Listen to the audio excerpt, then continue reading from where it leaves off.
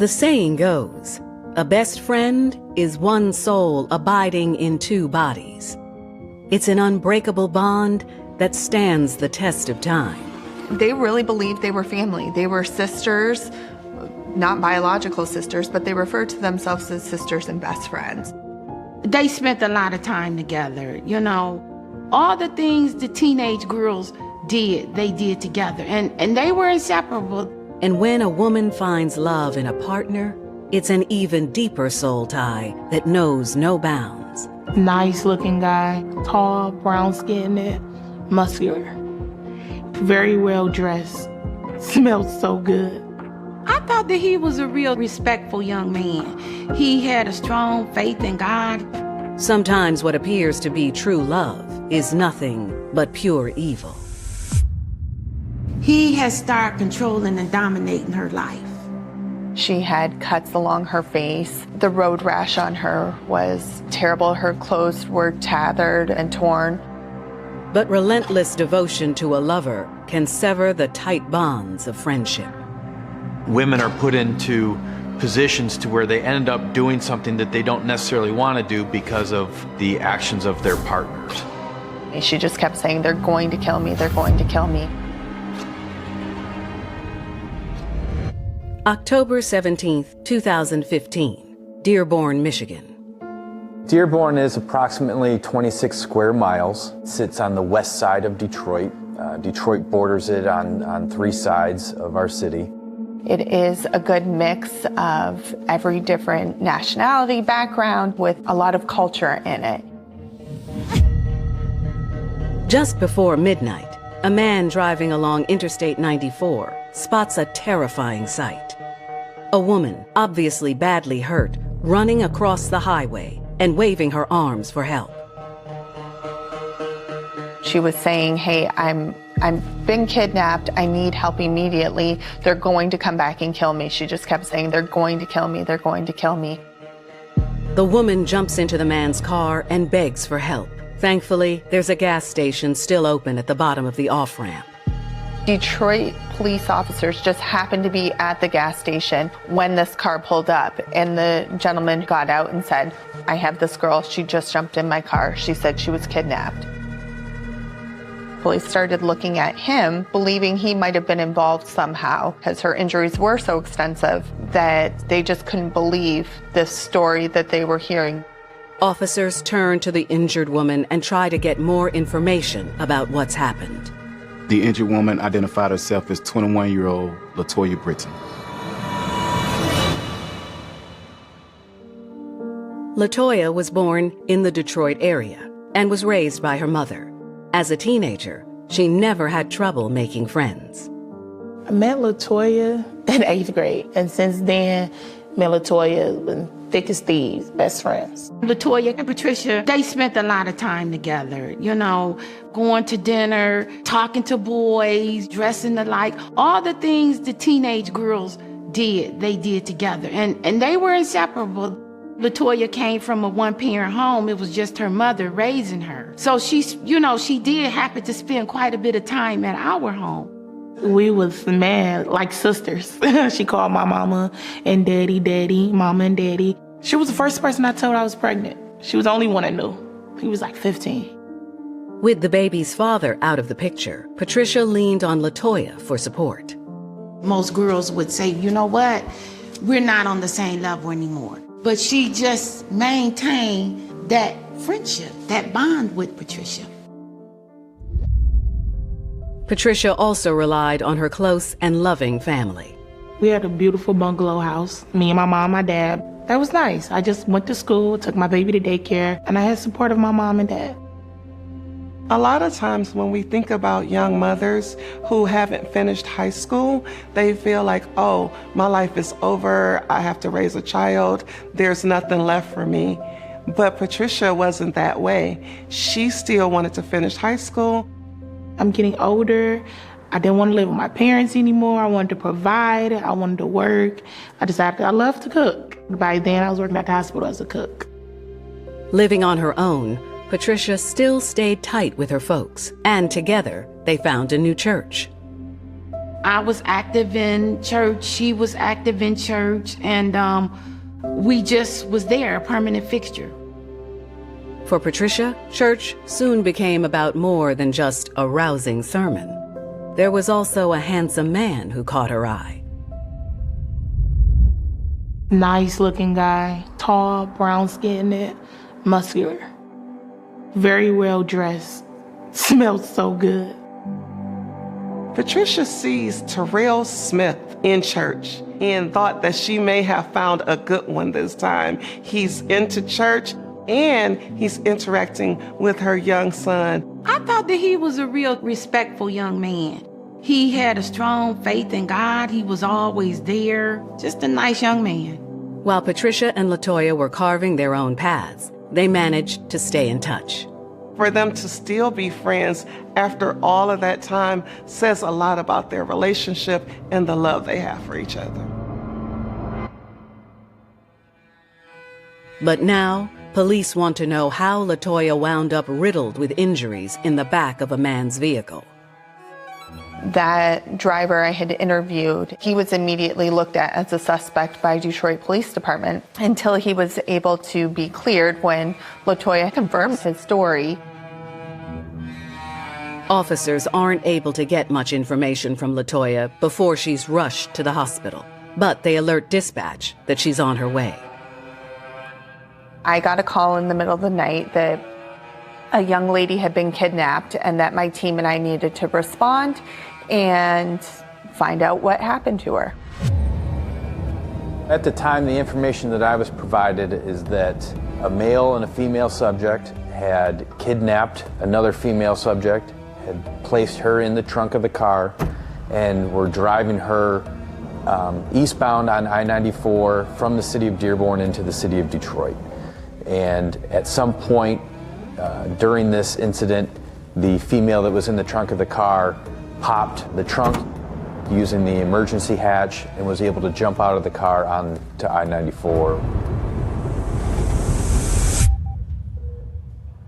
Detectives arrive at the hospital hoping LaToya can provide more information about her kidnappers. She was completely distraught when we first saw her. She was all bandaged up along her arms and her legs. She had cuts along her face. She had just jumped from a car doing approximately 70 miles an hour down the expressway, timing it not to get hit by other cars. So the road rash on her was terrible. LaToya can barely speak, but what she does say shocks Detective Wilson. LaToya immediately said this was my best friend who did this to me, Patricia Jernigan, and her boyfriend Terrell. In the early morning hours of October 18th, 2015, Dearborn detectives are trying to piece together what happened to 21-year-old LaToya Britton. LaToya claims she was kidnapped by two people, Terrell Smith and her own best friend, Patricia Jernigan. She's describing her best friend and her best friend's boyfriend capturing her, and he had a gun in hand.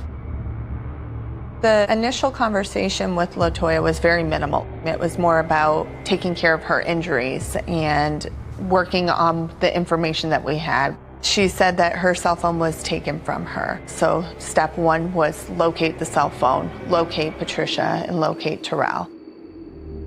We didn't know if Patricia was a victim in this case or if she was a willing participant. So the goal was to make sure she was safe, because the initial information that we had from LaToya was Terrell was the one with a gun. I started contacting the cell phone providers to get call detail records as well as their cell tower location information. While the forensics team works on tracking LaToya Britton's cell phone, Detective Wilson heads over to speak to LaToya, who was just released from the hospital. The follow-up interview was done in her living room. She was still dealing with her significant injuries. I sat down in the chair in the living room there and spoke with her in detail about this. She starts telling me that Patricia has been her childhood best friend. Patricia was really doing well for herself, that she had a great family, and that once she had met Terrell, that things had just changed, that Terrell, he was very controlling. Terrell insisted on knowing everything about Patricia's friends, especially LaToya. She said that Terrell had always been jealous of their friendship, that there's no way that two females could be that close to each other, that have that good of a relationship or friendship. So there was always that jealousy that he harbored for LaToya. LaToya says she wasn't comfortable with the situation and cut off all contact with Patricia. The two friends did not speak or text for months. Then, in mid-October of 2015, LaToya is contacted by her one-time best friend. Patricia said she wanted to reconnect their friendship and go to dinner. Patricia picks LaToya up from her home, and they're on their way to have dinner. Patricia stops the car down the street, and she's like, hey, let me put the restaurant in the GPS, which is normal. Patricia had grabbed LaToya's cell phone when Terrell had came out of a set of bushes that were around a corner.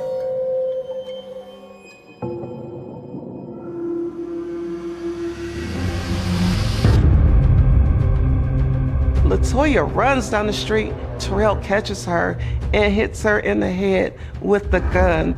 He had pushed LaToya into the trunk of the car at that point and had grabbed her breasts and had threatened her to the point where she was fearful and had to cooperate with his demands. LaToya is saying how she's been forced into this trunk. There's no way that she knows where she's being taken to. She's thinking, I can scream and maybe somebody will hear me. However, she notices that they're turning the music up louder and louder. She's noticing the car is accelerating, so they can't hear, or anybody can't hear her screams. She said that she was well aware that night she was going to die. Wherever Patricia and Terrell wanted to take her, she wasn't going to survive another day. LaToya makes the choice that I would rather jump out of a moving vehicle than fear a person taking my life from me. She remembered looking for that emergency latch in the trunk in order to pull it to hopefully save herself and be able to jump. And when she made that jump and she figured that the timing was safe enough, it's now or never, she was wearing a crossbody purse. The strap had actually caught onto the trunk, so she was dangling for a moment in time, and finally the strap broke. And that's when she was released and tumbled to the ground.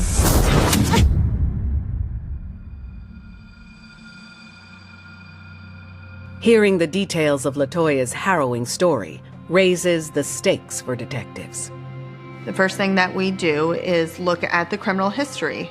Looking at Patricia's history, she had a very minimal history. There was no reason that she should be involved in something this heinous. But then looking forward at Terrell's history, criminal history, it was extensive. And in fact, he already had a conviction for a previous kidnapping. On October 17th, 2015, a botched kidnapping left LaToya Britton physically and psychologically battered. The next morning, two suspects, Terrell Smith and Patricia Jernigan, are still on the loose, and detectives have only LaToya's missing cell phone to work with. Initially, with the cell phone pings, we were able to get those under what's called exigent circumstances. And essentially at that point, what we are saying is that there is an emergency, that there's a risk of somebody being hurt and or killed, and that we need to find, this device because we believe it's going to lead us to the suspects. But someone had turned LaToya's phone off, so there was no way to track the device. Investigators turned to social media as a possible way to find the suspect's location. In this case, when we were able to serve the search warrant on to the social media sites, we asked them to expedite it due to the nature of the crime, and that we needed to find these people right away, which they were able to do for us.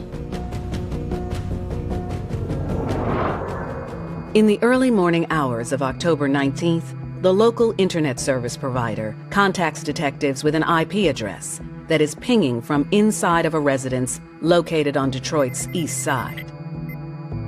Once we received this information back from the providers, we in turn gave it to our undercover officers. Several Detroit PD units quickly scramble and race to the address to get into position. Our undercover crew was watching the house and monitoring any movement that was taking place in the house. That's when they were able to see Terrell, but without him coming out of the house, there was no way to make a safe approach into the house, knowing that Terrell was armed with a handgun.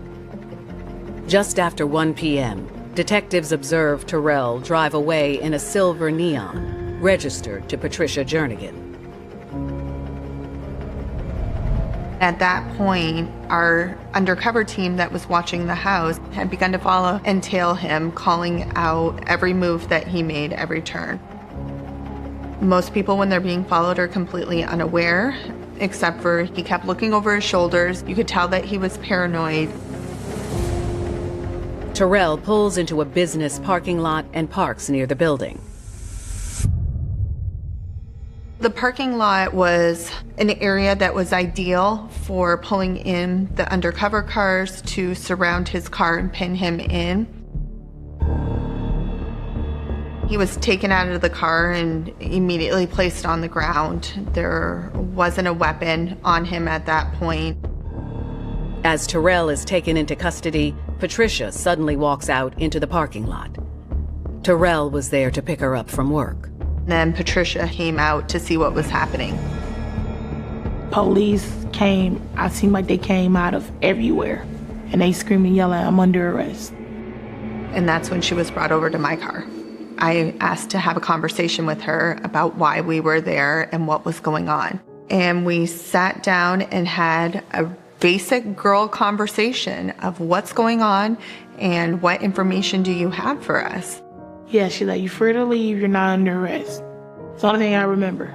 And I remember I kept asking, "I gotta get my son." And she's like, "We gonna let you get your son?" Patricia's demeanor, I mean, she was nervous. You could hear her voice shaking. You could see the nerves on her. She knew that she needed to give me some sort of story. First thing is like, don't tell her the truth, lie. You know, lie, maybe she'll let you go. Because I didn't know, never been in trouble, so it's like, I didn't know. She said that LaToya had agreed to go to dinner with her and that she was picking her up. There was an argument over some money that LaToya had asked for a cell phone bill. There was some pushing and shoving that occurred, and Patricia had pushed LaToya out of the car, but she denied Terrell's involvement at all during that interaction. Detectives ask Patricia if she'll come with them to the station for further questioning.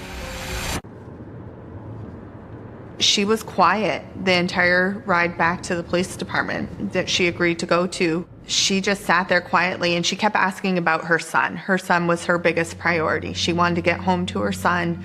She appeared to be remorseful, but she appeared to be very scared and nervous. On the way to the police station, detectives make Patricia an offer. I told her that I'd be willing to give her a polygraph in order to clear her from this, in order to see if her story was going to pan out. A truthful person is going to immediately jump all over a polygraph exam. In Patricia's case, she was forthcoming and said, "No, I'm not going to pass this polygraph test."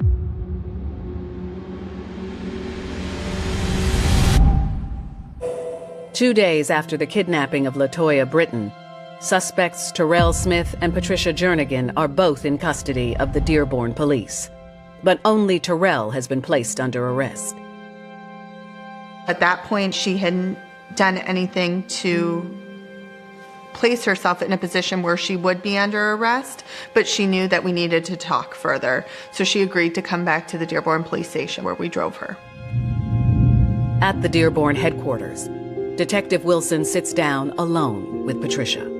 It's just Patricia and I having this conversation, and at this time she begins to open up more. She knew that there were some issues that were going on.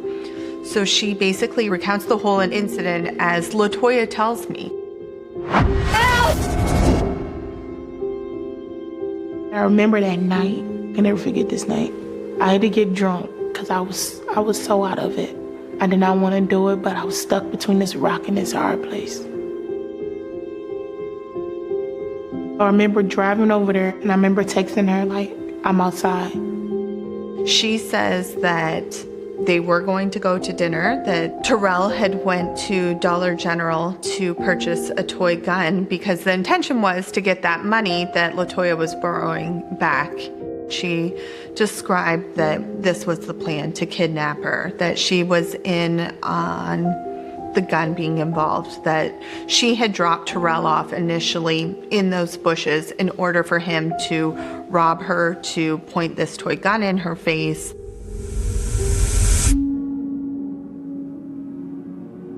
Patricia tells detectives that once Terrell got in the car, things escalated quickly.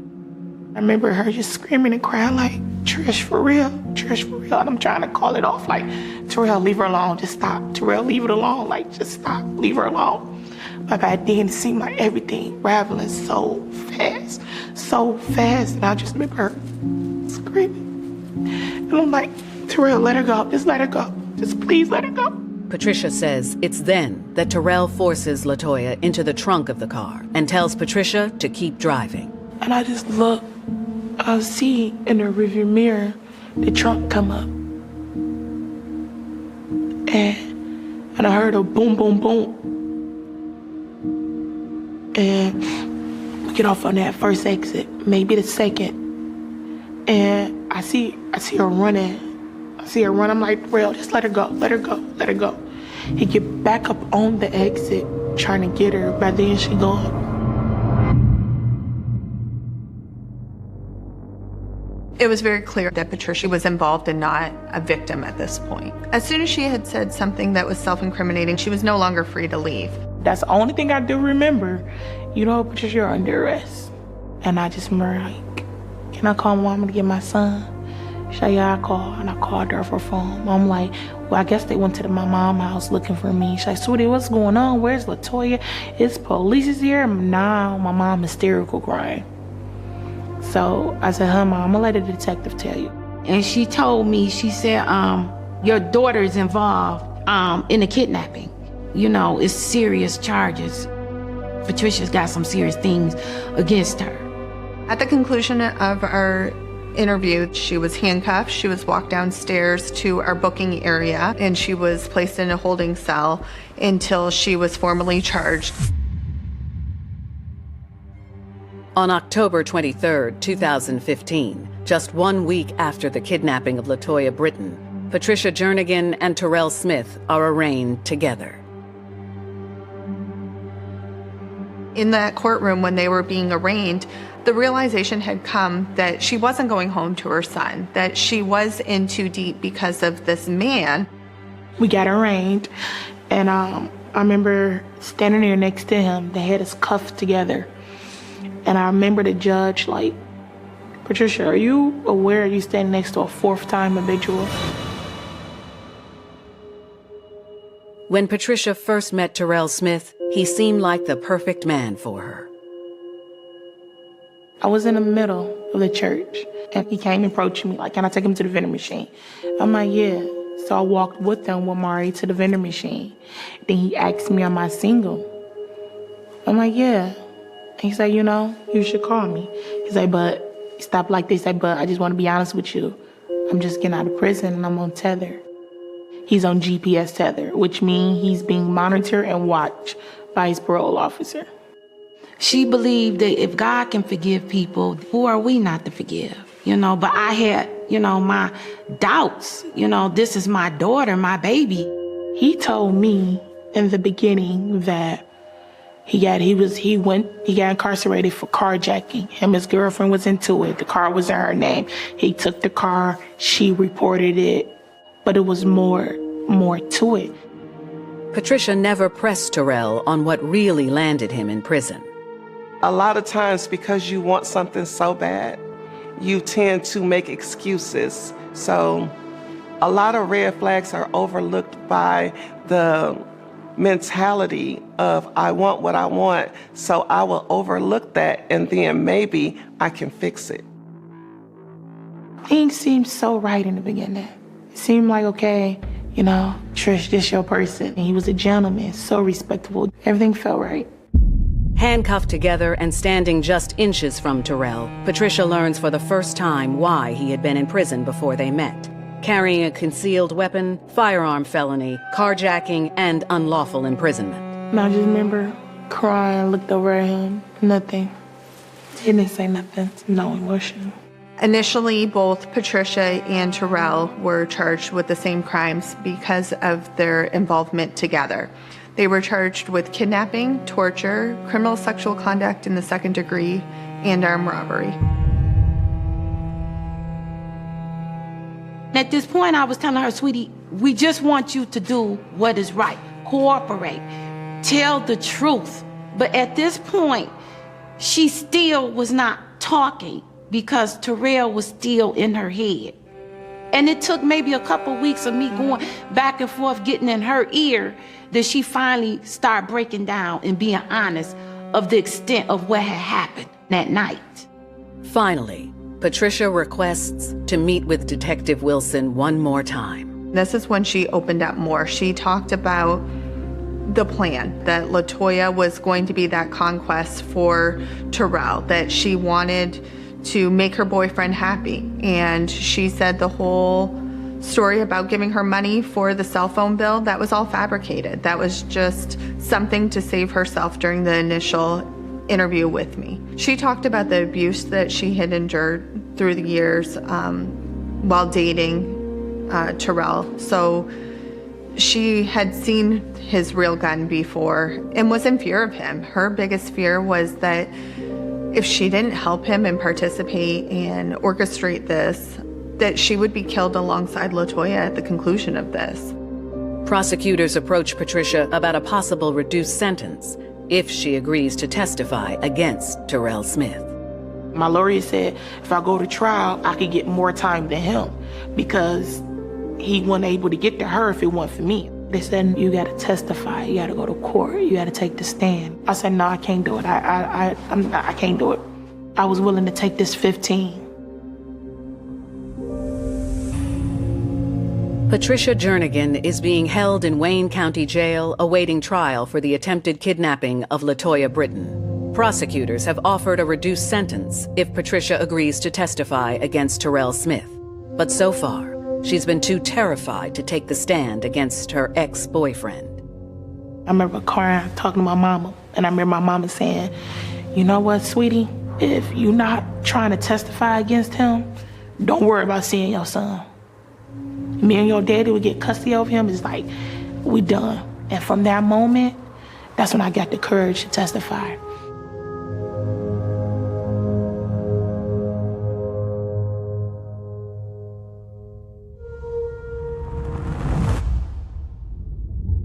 As prosecutors build a case against Terrell Smith, they learn more about how he was able to so quickly get Patricia on board with his twisted plan. He wanted to try to prove himself to be that good young man who could be a father figure to Patricia's son. But after Patricia and Terrell got an apartment together, the relationship turned quickly. I noticed that he always wanted to see my phone, see who I'm texting, who am I talking to. If I didn't answer his phone call at a certain time or I missed a phone call, then it went from he wanted my Facebook passwords. So I did it, but then it got to him messaging people, seeing who am I talking to, messaging guys acting like me. It just got too much, and then we got to arguing about his controlling ways. And that's when I really saw that dark side of him. While she was with Terrell, not only was he taking her employment money, her income tax money, her child care, he was taking her child support. He was taking that. Yeah, I was questioning it. And I'm like, was this a good choice? Am I making the right decision? Like, sweetie, get out of it. But then, I'm on the other side, like, I love him, he loved me. Like, it get better, it get better, it get better. And it didn't.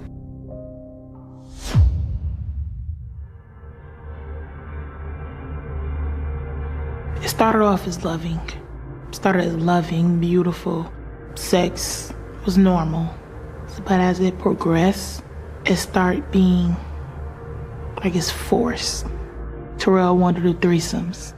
I wasn't experienced with that, you know? I didn't know. I wasn't into that. But I wanted to please him, wanted to satisfy him. When the level of intimacy is introduced into any relationship, it then changes the dynamics for the person. A lot of times it's an uncomfortable feeling, but you negate that feeling because you're like, well, he loves me. It went far as Terrell would meet women off different dating apps and bring them home. Then it went to him trying to get my friends, trying to talk to my friends. He been wanted LaToya. He had this sick obsession with her. He came up with this plan that he wanted LaToya. Terrell wants to have not only control over Patricia's life, but he also wants to break LaToya. Yeah, me and Toya stopped being friends because of Terrell. So he got to texting LaToya, acting like me. It was his phone number, but Toya didn't even know my phone number. It was him, acting like me and him broke up. I don't know, it's like he had a hold on me, like some ungodly hold on me. Even behind the thick walls of jail, Terrell tries to control Patricia. What he was doing in the interim between the arraignment and the trial, he somehow found a way to get messages to Patricia in jail to get her not to talk or to flip on him. You still won't let me be free. You took so much from me. You still won't let me go.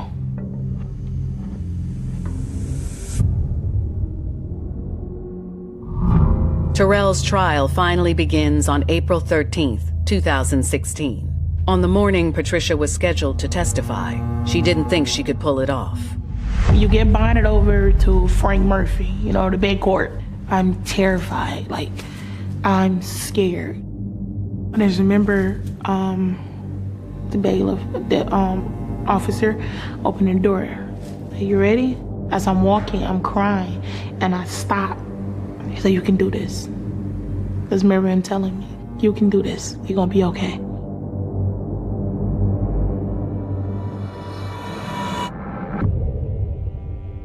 Facing charges of kidnapping, unlawful imprisonment, armed robbery, and criminal sexual conduct, Terrell Smith goes on trial in April of 2016. His former girlfriend and alleged co-conspirator, Patricia Jernigan, is the prosecution's star witness.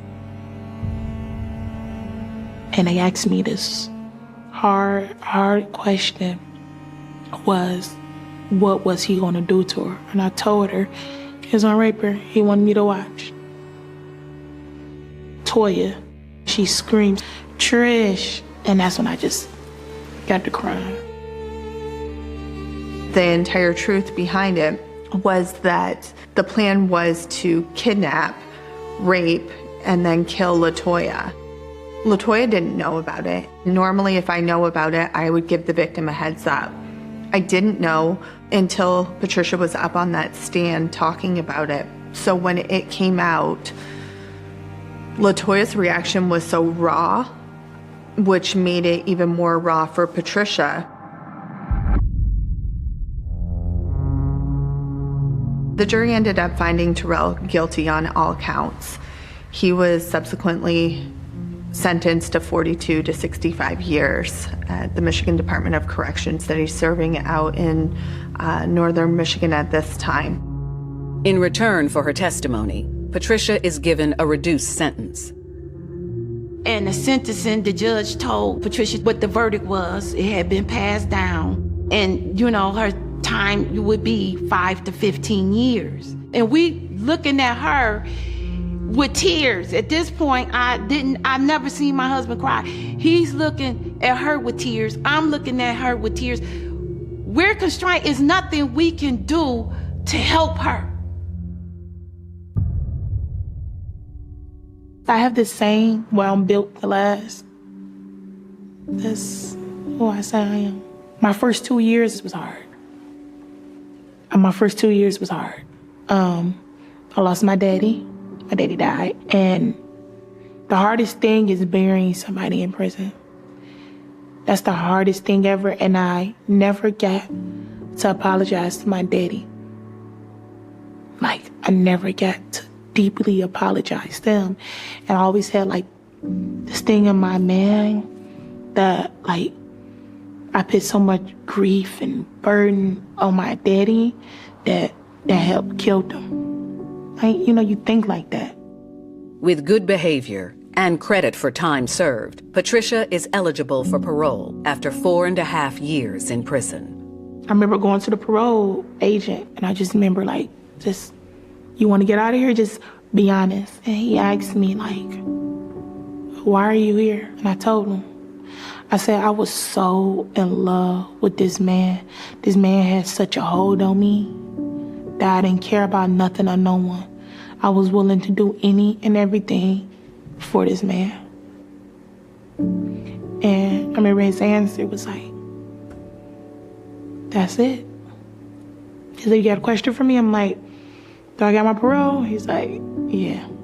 And I'm like, oh, yes, after 5 years, I'm going home. For Patricia, full recovery will take some time. Why am I choosing to do it now? To help with my journey. I'm tired of, like, keeping this a secret. Because how am I ever going to heal for something if I'm keeping this a secret? Because he had messed me up in so many areas that I'm trying to still recover and rebuild myself as a woman.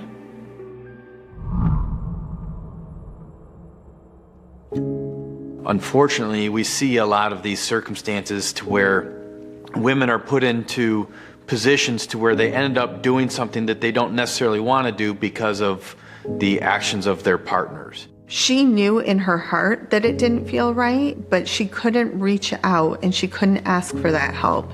So I would just encourage people to reach out and ask for that help because it is there and it is available, and you don't have to be stuck in a situation like this. With any woman, we have intuition. Learn how to stop ignoring your intuition. Learn how to ask for the things that you need. For LaToya Britton, her journey to recovery is also just beginning. For LaToya, I mean, this is something that will never go away. It will haunt her forever, not only mentally, but the physical scars that are on her. Toya, I'm sorry. I'm sorry. I'm so sorry. That's all I can say. I'm sorry. I'd do anything to take that night back. I'd do it. But now it's just like, I guess silence is the best. Because now we're grown. We're 31. So it's like so much time has passed. And I just hope one day she could ever forgive me. One day.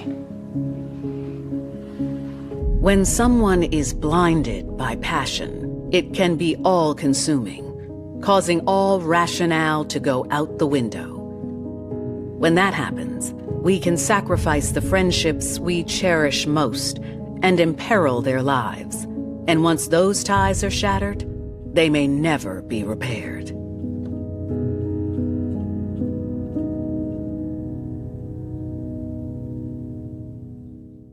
The rain in Atlanta during the late summer of 1987 didn't wash anything clean.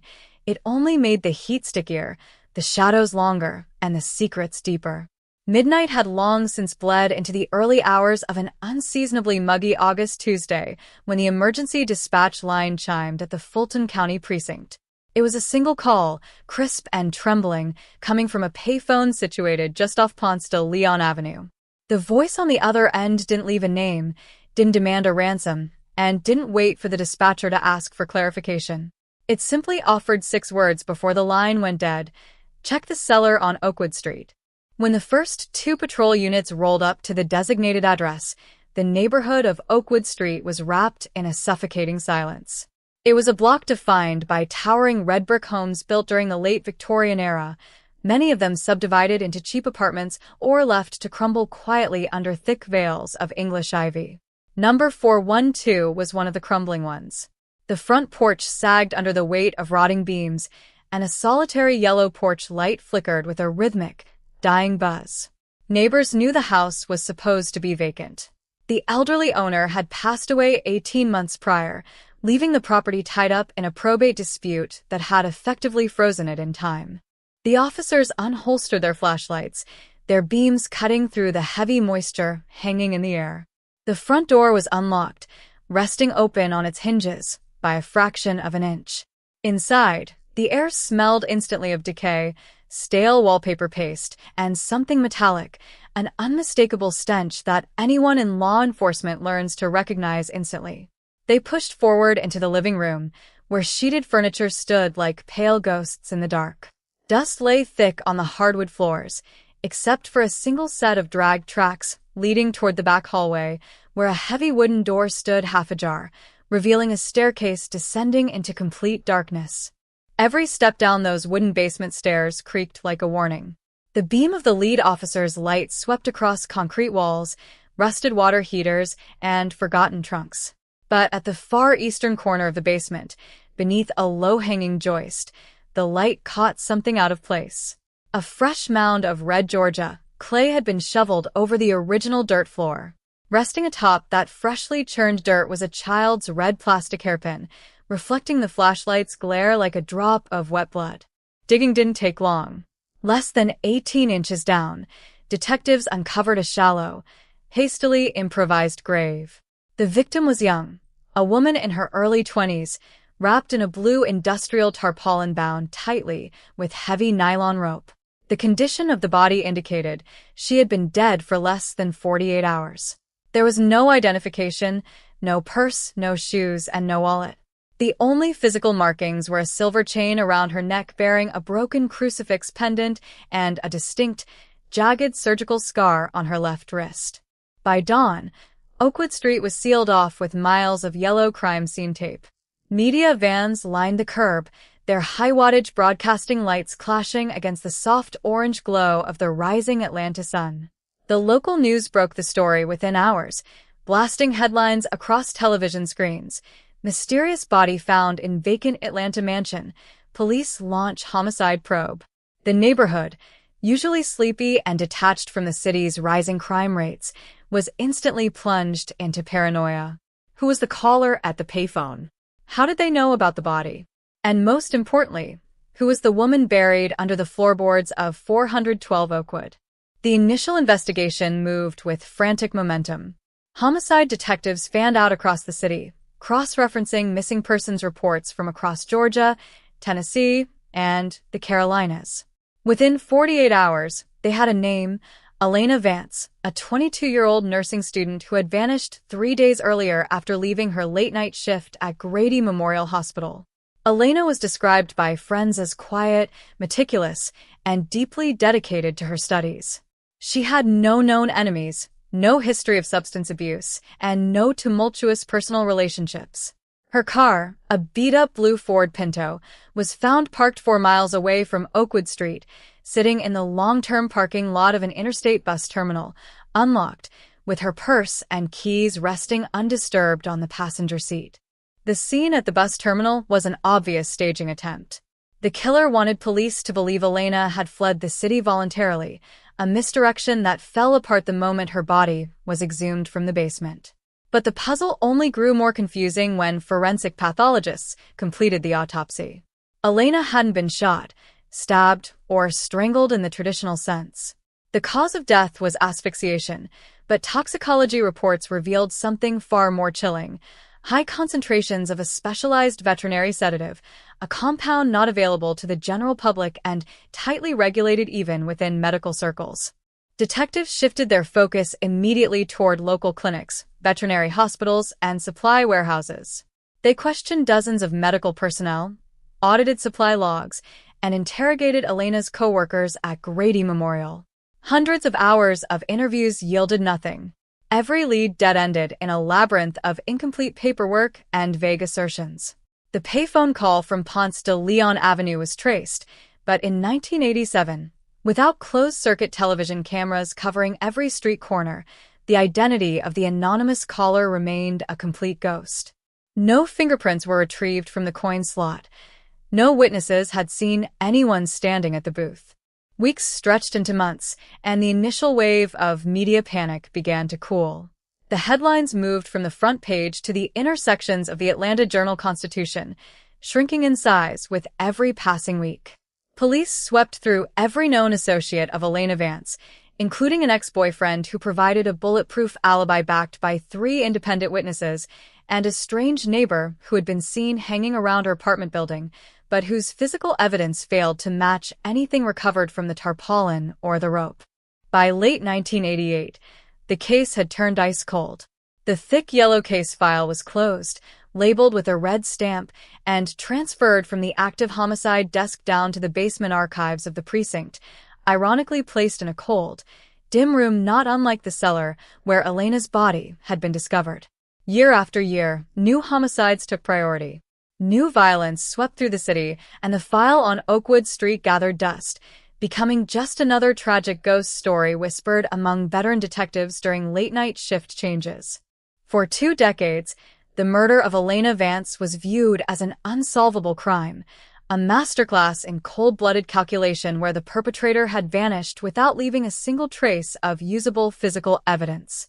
The technology of 1987 simply wasn't equipped to read the microscopic whispers left behind at the scene. The rope, the tarpaulin, the soil, and the broken silver crucifix were packed into cardboard evidence boxes, sealed with heavy brown tape, and left to sit on metal shelves in a climate-controlled warehouse on the outskirts of Fulton County. Then came the turning point that no one in 1987 could have anticipated.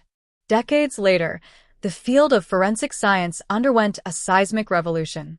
The emergence of advanced short tandem repeat (STR) DNA testing, coupled with the rising science of touch DNA and forensic genetic genealogy, began turning forgotten cold cases upside down across the nation. Crimes that had lain dormant for 30, 40, or 50 years were suddenly being blown wide open by invisible cellular material left on items that had sat untouched in evidence lockers for generations. In early 2024, a newly formed cold case task force inside the Fulton County District Attorney's Office initiated a systematic review of unsolved homicides from the late 1980s. Heading the initiative was Detective Marcus Thorne, a veteran investigator known for his obsessive attention to detail and a relentless refusal to let dead cases stay buried. Thorne pulled the box labeled Vance, Elena, 1987 from the bottom shelf of the archive room. When Thorne cut the old brown tape on evidence box 87 to 4092, he didn't just find physical items. He found a timeline frozen in amber. Inside were the original crime scene photos, stark, black and white images capturing the dark dampness of the Oakwood Street basement, the frayed edges of the blue tarpaulin, and the pristine, unbroken knots tied in the nylon rope. Thorne realized that while detectives in 1987 had focused heavily on fingerprints and blood typing, both of which had yielded dead ends due to environmental degradation in the damp cellar, they had carefully preserved the knots of the nylon rope. In modern forensics, knots are gold mines. To tie a complex knot tightly under pressure, a perpetrator must grip the cordage with significant force, often transferring skin cells through friction and sweat deep into the fibers of the rope where environmental moisture cannot easily reach them. The evidence was recatalogued and sent under strict chain of custody protocols to the Georgia Bureau of Investigation, GEI, forensic lab. Using modern, high-sensitivity extraction techniques, technicians painstakingly unraveled the nylon knots, swabbing the inner fibers that had been sealed off from light, air, and moisture since the night of the murder in August 1987. For weeks, the lab worked in silence. Then, the call came through to Detective Thorne's desk. The lab hadn't just found partial DNA. They had extracted a pristine, full-profile male DNA strand from the deep core of the main knot. The profile was immediately run through the Combined DNA Index System, CODIS, the national database containing millions of offender profiles. The result was a resounding, frustrating silence. No match found. The killer had never been convicted of a federal or state crime that required a DNA sample submission in the years following 1987. Mainstream law enforcement efforts hit a wall, but Thorne refused to let the lead die. He authorized the transfer of the DNA profile to a specialized private laboratory specializing in forensic genetic genealogy, FGG.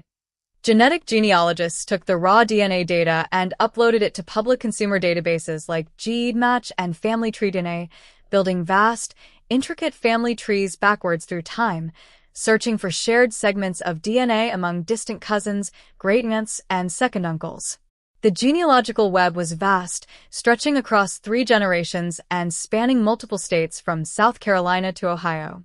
For months, analysts pieced together census records, birth certificates, marriage licenses, and high school yearbooks, slowly narrowing down the branches of a single, sprawling family tree toward a specific lineage that had resided in the Atlanta metropolitan area during the mid to late 1980s. By the autumn of 2025, the genealogy team had narrowed the list of hundreds of potential relatives down to 3 brothers who were all in their 20s and living in Atlanta in August 1987. 2 of the brothers had passed away in the early 2010s, but their medical records and surviving children allowed investigators to rule them out genetically. That left one surviving suspect. His name was Arthur Pendleton. In 1987, Pendleton had been a 26-year-old delivery driver for an industrial medical supply company, a company whose regular delivery routes included Grady Memorial Hospital and several local veterinary surgical centers. At the time of the original investigation, Pendleton's name had appeared briefly on a list of hundreds of delivery drivers interviewed during the audit of the stolen veterinary sedative. However, because he had no criminal record and his employer verified that he was off duty on the night Elena vanished, he was dismissed as a routine contact and never questioned a second time.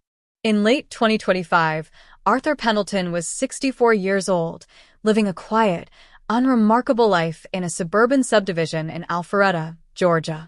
He was married, retired, served as a deacon at a local church, and was widely regarded by his neighbors as an unassuming, gentle old man who spent his weekends gardening and fixing vintage radios in his garage. To bridge the gap between a genealogical match and a legally binding arrest warrant, Thorne needed a direct, fresh sample of Pendleton's DNA to compare against the profile recovered from the rope fibers. A covert surveillance team was deployed to monitor Pendleton's movements. For 6 days, undercover officers followed him as he ran errands, visited hardware stores, and picked up groceries. The break came on a rainy Thursday afternoon outside a diner in Roswell. Pendleton finished a cup of coffee, wiped his mouth with a paper napkin, and discarded a plastic straw and the paper napkin into a trash bin outside the restaurant entrance.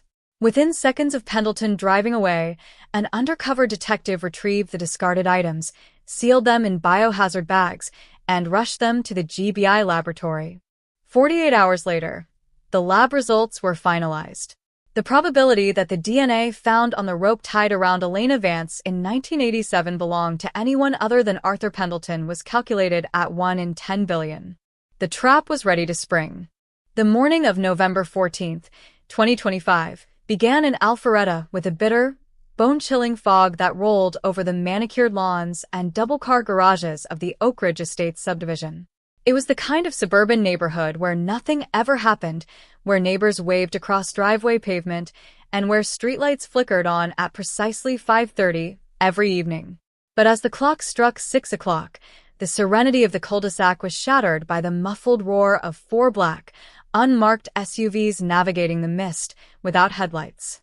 Inside the lead vehicle, Detective Marcus Thorne checked the action on his service sidearm one last time before slipping it back into its leather holster. Beside him sat Detective Sarah Miller, a former tactical operator whose sharp eyes stayed fixed on the 2-story brick house at 1104 Pinehurst Way. The home belonged to Arthur Pendleton. For 38 years, Pendleton had walked among the citizens of Georgia as a ghost, an invisible phantom who had buried a young woman's body in a damp cellar and then seamlessly returned to a life of quiet suburban mundane existence. Today, the illusion was coming to an abrupt, violent end. The tactical team deployed with silent, practiced precision. Body armor clanked softly in the cold air as officers took positions around the perimeter, sealing off the backyard, the side alley, and the adjoining tree line. Thorne and Miller moved up the front porch steps, their boots making no sound on the wet welcome mat. Thorne didn't ring the doorbell. He didn't knock politely. With a heavy wooden ram, the breach team struck the front door right beside the deadbolt. The door splintered inward with a crack like a gunshot, echoing through the quiet neighborhood and waking the birds in the surrounding pine trees. "Police! Search warrant!" Down on the floor, shouted the entry team as they swarmed the foyer. Inside, the house smelled of freshly brewed coffee, cinnamon, and old paper. Arthur Pendleton was standing in his kitchen, wearing an oversized flannel bathrobe and holding a ceramic mug. He didn't scream. He didn't try to run. He didn't drop his coffee. He simply froze, his blue eyes widening in sudden, terrifying recognition as tactical shields rounded the corner into the dining room. As officers forced him down onto the hardwood floor and pulled his arms behind his back to snap the steel handcuffs onto his wrists, Pendleton looked up at Detective Thorne. His face didn't register anger or shock, only a profound, hollow exhaustion, as if a weight he had carried for 4 decades had suddenly flattened him. "Is it about the girl?" Pendleton whispered, his voice barely audible over the chatter of police radios filling his living room. "Is it about the girl in Atlanta?" Thorne knelt down beside the old man, his voice ice-cold and steady. "Her name was Elena Vance, Arthur. And you've been running for 38 years. News of the arrest hit the Atlanta media like an artillery shell. Within hours, live broadcast trucks parked along Pinehurst Way, their satellite dishes raised toward the gray sky.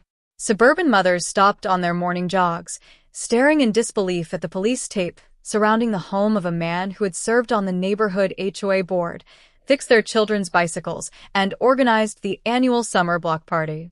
The headline sent shockwaves across the country. 1987 cold case breakthrough.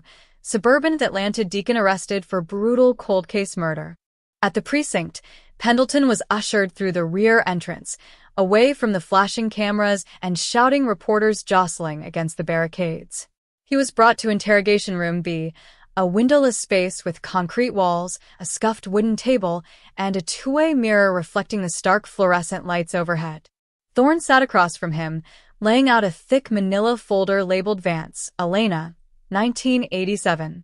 Beside the folder, Thorne placed 3 high-resolution photographs, one of Elena Vance smiling at her nursing school graduation, one of the knot tied in the blue tarpaulin found in the cellar, and one of the paper napkin Pendleton had tossed into a diner trash can 48 hours prior. For the first 2 hours, Pendleton said nothing. He sat with his hands folded in his lap, staring at the floor, refusing the water offered by the detectives. But Thorne knew how to break a man who had lived 4 decades behind a lie. He didn't yell. He didn't slam his fists on the table. Instead, Thorne slowly read through the forensic reports, laying out the undeniable mathematical reality of modern DNA profiling. He explained the genealogical mapping, the match from the rope fibers, and the irrefutable link between the tissue paper in the trash and the evidence preserved in Box 87 to 4092. "The science doesn't lie, Arthur," Thorne said gently, leaning forward over the table. "You left your mark on that rope. You left your mark on her. You thought the damp earth in that basement would destroy it, but time caught up with you. The only thing left for you to decide today is whether you die in prison as a monster who hid behind a lie, or as a man who finally had the courage to tell the truth." A long, heavy silence stretched across the room. The hum of the ventilation system seemed to grow louder with every passing second. Pendleton's shoulders began to tremble, his hands shaking so violently that the cuffs rattled against his wrist bones. He pulled his eyes away from the photograph of Elena Vance and looked directly at Thorne. Tears welled up in his faded blue eyes, cutting clean tracks through the dust on his wrinkled cheeks. "I thought I had buried it," Pendleton whimpered, his voice cracking with age. I thought God had forgiven me because the police never came. But every time I closed my eyes in the dark, I was back in that basement. I was always back in that basement." What followed over the next 4 hours was a chilling, minute-by-minute confession that filled 3 cassette tapes and sent cold shivers down the spines of the detectives watching behind the two-way mirror. Pendleton didn't just confess to the murder of Elena Vance. He pulled back the curtain on a terrifying, double life that no one in his inner circle had ever suspected. In the summer of 1987, Pendleton was a 26-year-old delivery driver for Southeastern Medical Logistics.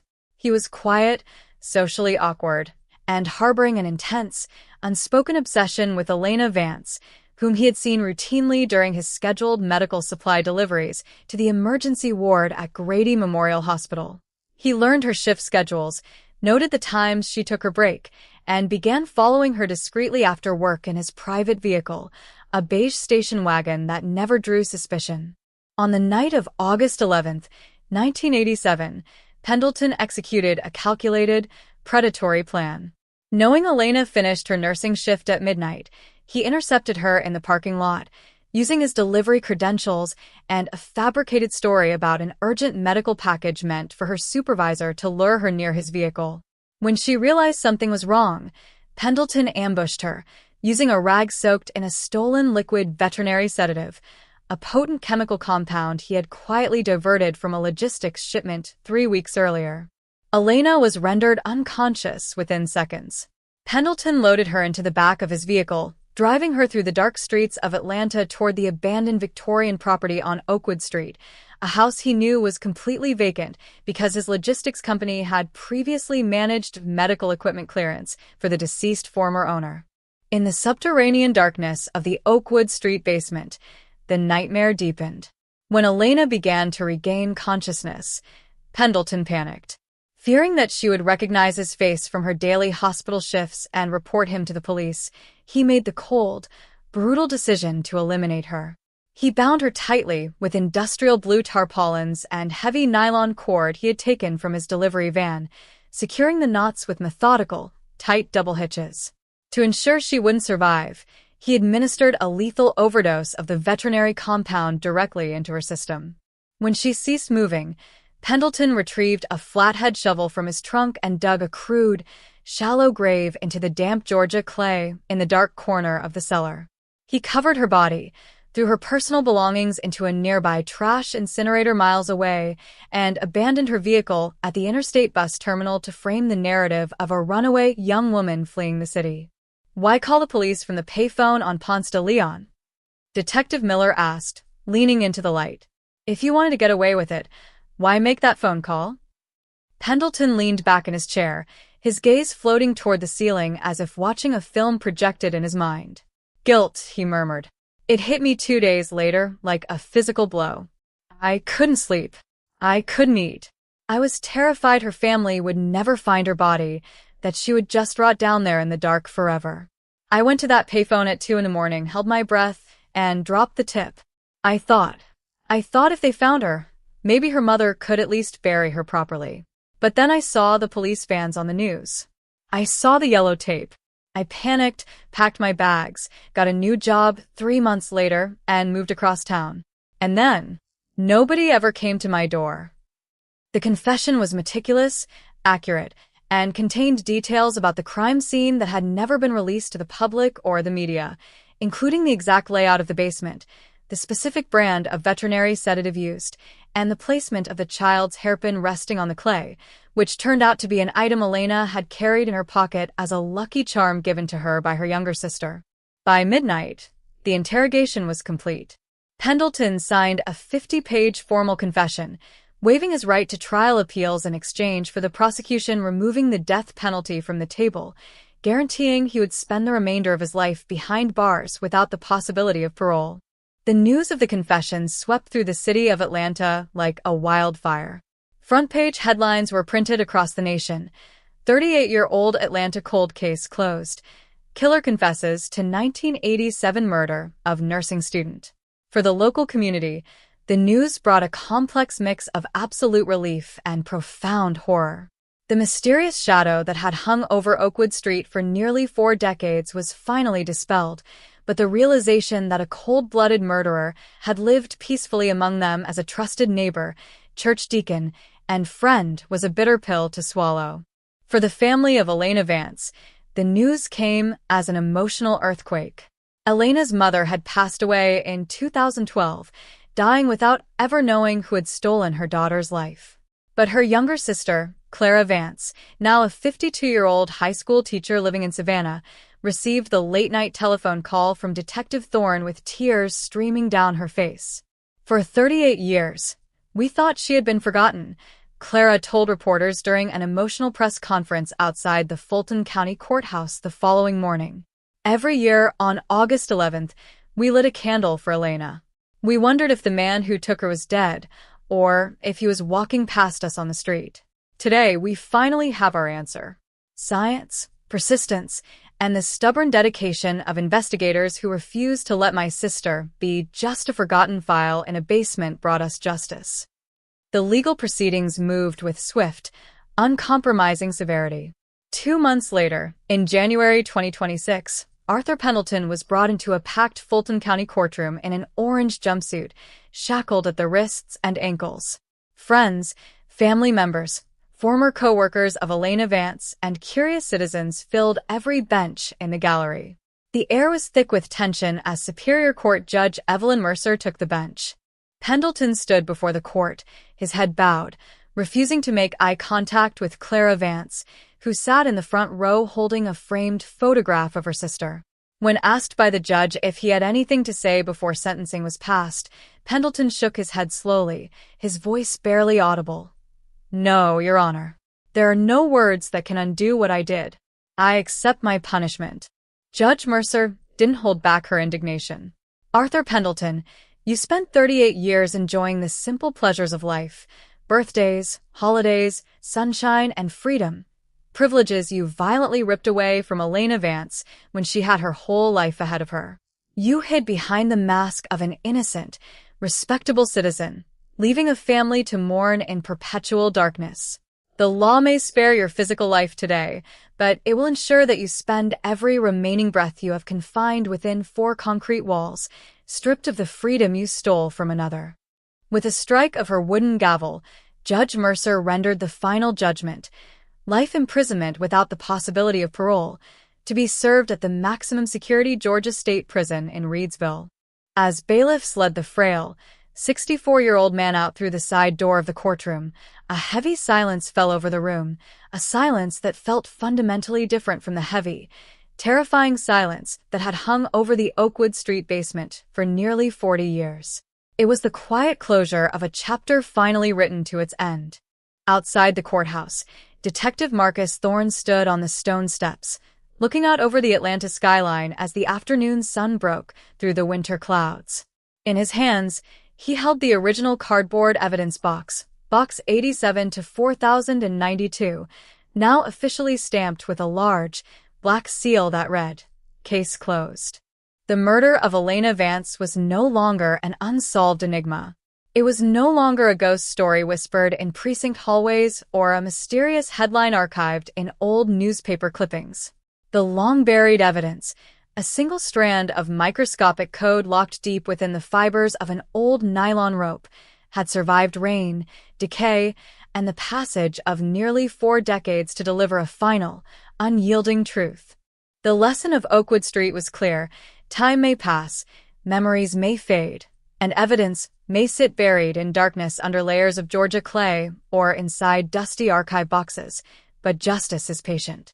It waits in the shadows, listening to the whisper of science, until the day comes when even the oldest, coldest secrets are pulled into the light, sealing the fate of those who thought they had gotten away with murder.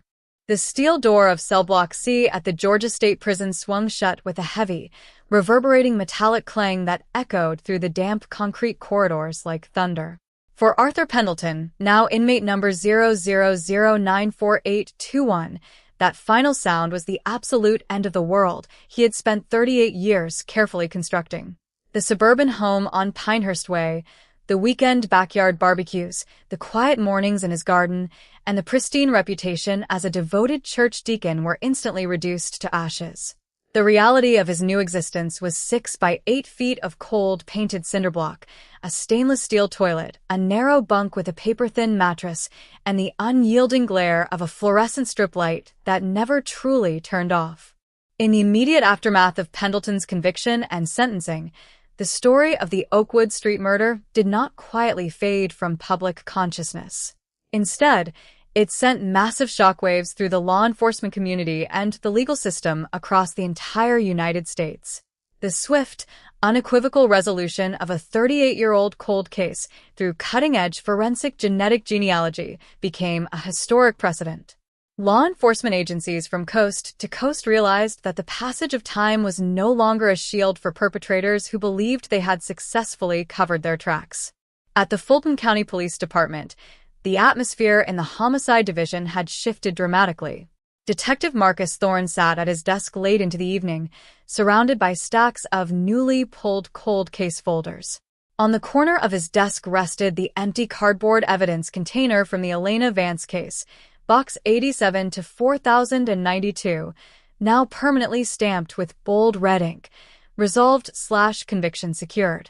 What had begun as a desperate, long-shot effort to extract usable cellular material from a frayed, 38-year-old piece of nylon rope had completely revolutionized the department's approach to historic unsolved crimes. The phone on Thorne's desk rang incessantly. District attorneys, chief detectives, and state investigators from Tennessee, Florida, Alabama, and South Carolina were calling with a single, urgent request. They wanted to consult with Thorne's specialized task force. They wanted to know how his team had bypassed decades of environmental degradation, how they had navigated the complex legal hurdles of consumer DNA database mapping, and how they had meticulously constructed an airtight chain of custody that forced a hardened, hidden killer into an absolute, recorded confession within 4 hours of his arrest. "We created a blueprint," Thorne remarked to Detective Sarah Miller as they reviewed a new queue of unsolved files from the early 1980s. For almost 40 years, guys like Pendleton slept soundly because they thought the clock had run out on us. They thought the rain, the dirt, and the rotting wood had destroyed every shred of proof. But technology finally caught up with their arrogance. The message we sent with the Vance case is simple. If you committed a murder in this city, it doesn't matter if it was yesterday or 40 years ago. We are coming for you. Meanwhile, 300 miles away in the coastal city of Savannah, Georgia, the ripple effects of the case brought a deeply emotional, bittersweet resolution to the surviving family of Elena Vance. Clara Vance sat in the quiet living room of her home, surrounded by photo albums that had sat untouched on top shelves for decades. For nearly 4 decades, Clara had lived with a hollow, aching void in her chest, a constant, suffocating uncertainty that made every family gathering, every holiday, and every quiet moment feel incomplete. Looking at a framed photograph of her older sister smiling on a beach in Tybee Island in the summer of 1986, Clara felt tears welling up in her eyes. Not tears of fresh grief, but tears of profound, long overdue catharsis. For 38 years, her family had been trapped in a terrible limbo, plagued by unanswered questions that haunted their dreams. Why Elena? Did she suffer? Who took her away? Was her killer still walking the streets, watching them from afar? Now, those questions had concrete, unyielding answers. The monster was no longer an invisible, terrifying shadow haunting the back corridors of her mind. He was a pathetic, frail old man locked inside a maximum security prison cell, stripped of his name, his freedom, and his reputation. The truth had finally liberated Elena's memory from the dark, damp cellar on Oakwood Street, restoring her identity as a bright, compassionate nursing student whose life mattered, whose story counted, and whose justice had been fiercely fought for by people who refused to let her be forgotten. In the weeks following the trial, investigative journalists began digging deeper into the background of Arthur Pendleton, attempting to unpack the psychology of a man who could commit such a calculated, atrocious act of violence and then seamlessly transition into 4 decades of quiet, law-abiding suburban domesticity. How could a serial predator, or a one-time killer, simply turn off his destructive impulses? How could a man live with the secret knowledge of a young woman's buried corpse while serving as an active member of his local church and offering friendly advice to his neighbors? Local media outlets aired special investigative reports titled The Mask of Sanity, The Dual Life of Arthur Pendleton. Former coworkers from Southeastern Medical Logistics were interviewed, recalling Pendleton as a polite, excessively quiet delivery driver who rarely spoke about his personal life, never raised his voice, and meticulously organized his delivery route ledgers. Neighbors from Oak Ridge Estates spoke to reporters in hushed, stunned tones, recalling how Pendleton had helped them shovel snow from their driveways, brought soup to sick neighbors, and participated in community watch meetings, ironically offering suggestions on how to improve neighborhood security and keep families safe from crime. "It makes your skin crawl," said one neighbor who had lived 2 doors down from Pendleton for 15 years. "To think that while we were standing in our yards talking about lawnmowers or weather, that man was carrying the secret of a murdered girl in his head. He looked like an ordinary grandfather. He acted like an ordinary grandfather." It proves that evil doesn't always wear a scary face. Sometimes it wears a flannel cardigan and smiles at you over the garden fence. Back inside the walls of the Fulton County DA's office, the successful prosecution of the Vance cold case sparked a broader movement within the state legislature. Inspired by Detective Thorne's relentless work and the undeniable power of forensic genetic genealogy, state lawmakers introduced the Elena Vance Cold Case Initiative, a landmark piece of legislation designed to secure dedicated state funding for the continuous retesting of physical evidence in unsolved homicides across Georgia using advanced DNA technology. The legislation aimed to ensure that every evidence locker in every precinct across the state would be systematically audited, cataloged, and processed through modern genetic databases, giving hundreds of grieving families the same chance at closure that Clara Vance had finally received.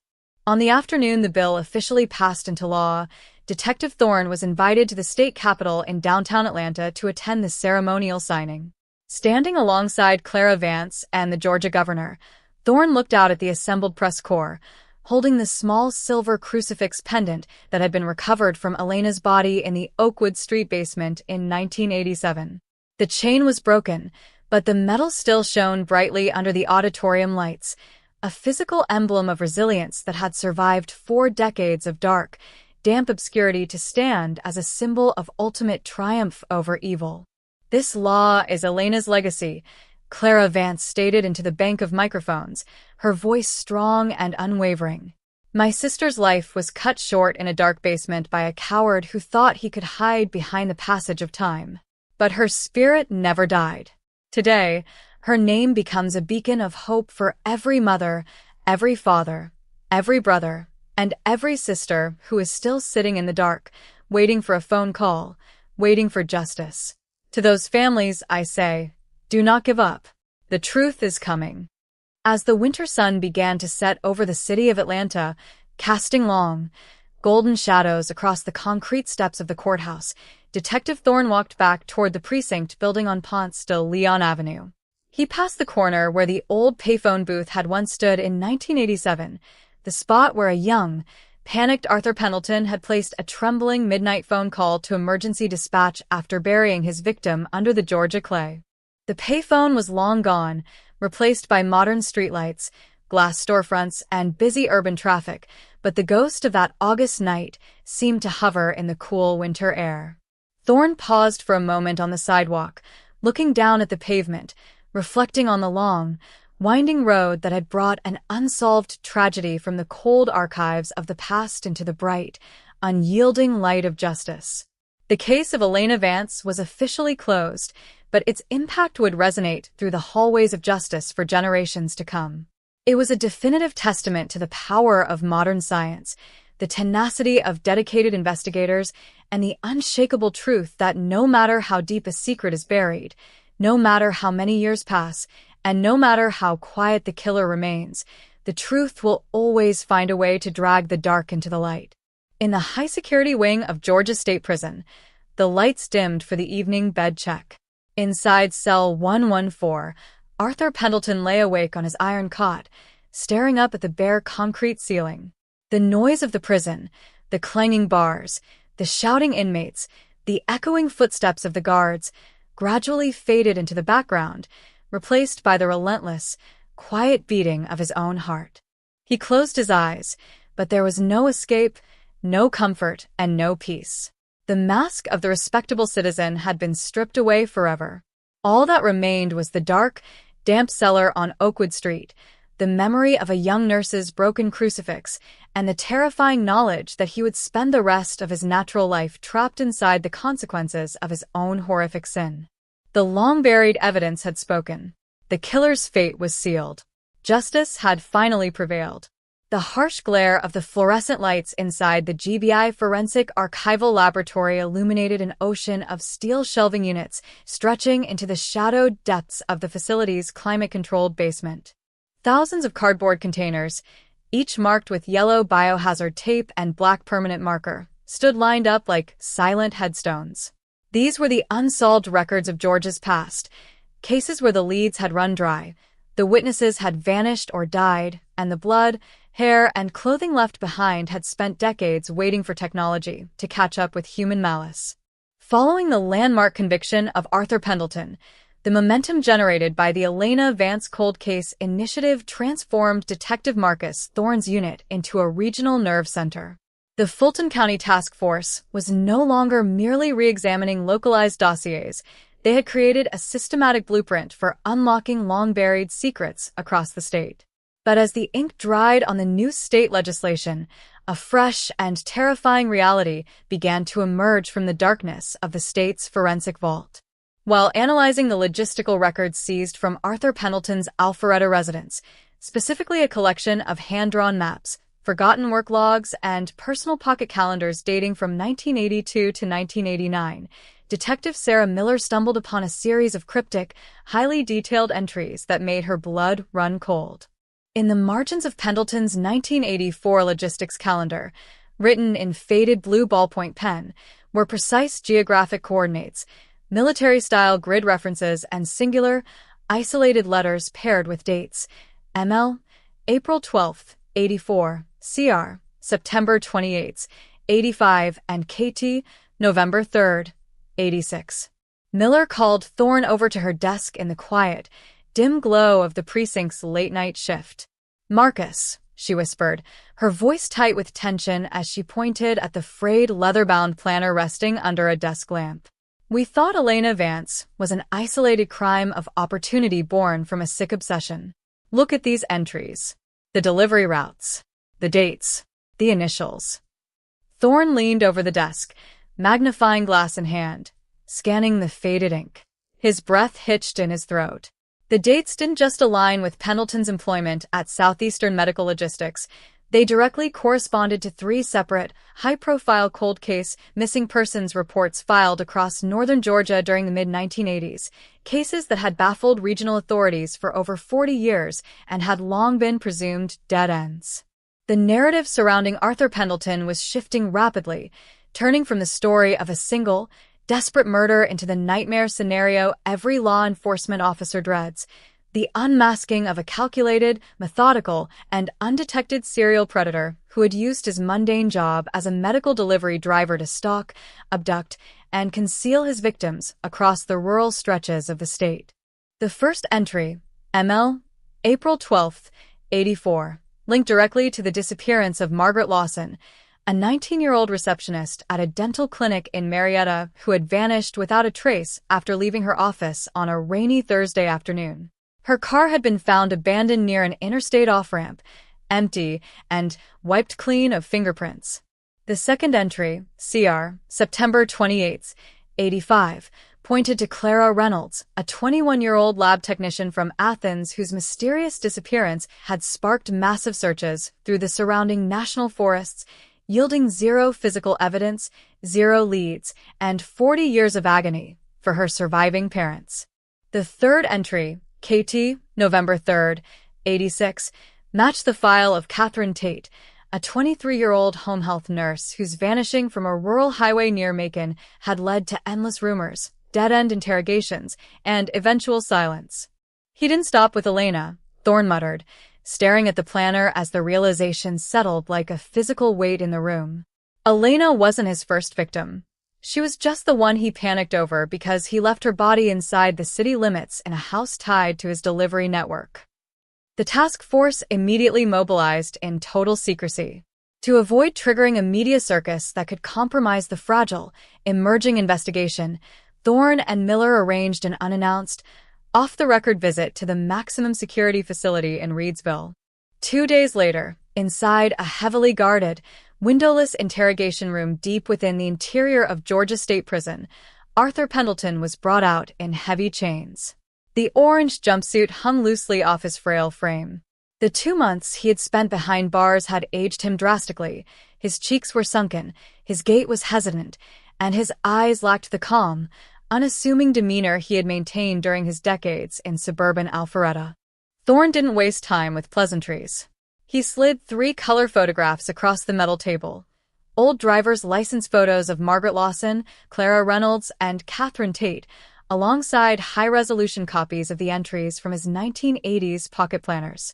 Pendleton glanced down at the photos, then immediately closed his eyes, leaning his head back against the concrete wall. A long, shuddering sigh escaped his lips. "You thought we were done, Arthur," Thorne said, his voice low, steady, and cut with absolute authority. "You thought that by pleading guilty to Elena Vance, you had bought your peace. You thought you could take the rest of your trophies to the grave." Pendleton's hands, bound at the wrists by heavy steel cuffs attached to a waist chain, trembled violently against the cold metal tabletop. "I gave you what you wanted," he rasped, his voice barely above a whisper. "I gave you Elena. I gave her sister peace. Why can't you just leave it alone?" "Because Margaret, Clara, and Catherine don't have peace," Detective Miller interjected, leaning forward, her eyes locked onto Pendleton's pale face. "Their mothers died wondering where their daughters were buried. Their brothers and sisters are still waiting for a phone call. You built a life out of lies, Arthur, but the science caught you once, and the paper trail you kept in your own handwriting is going to catch you again. You have one chance to do something right before your time runs out." For nearly 45 minutes, Pendleton resisted, shaking his head, whimpering, and pleading for the detectives to leave. But Thorne knew the psychological cracks in a man who had lived behind a wall of secrets. Pendleton wasn't a criminal mastermind. He was a cowardly narcissist who meticulously documented his crimes because he couldn't bear the thought of his dark legacy disappearing entirely. The pocket planners weren't just calendars. They were his secret trophies, his private record of control. Finally, Pendleton broke. Tears welled up in his milky eyes as he dropped his head onto his chest. "I didn't want to hurt them," Pendleton sobbed, his confession tumbling out in a raspy, fragmented stream.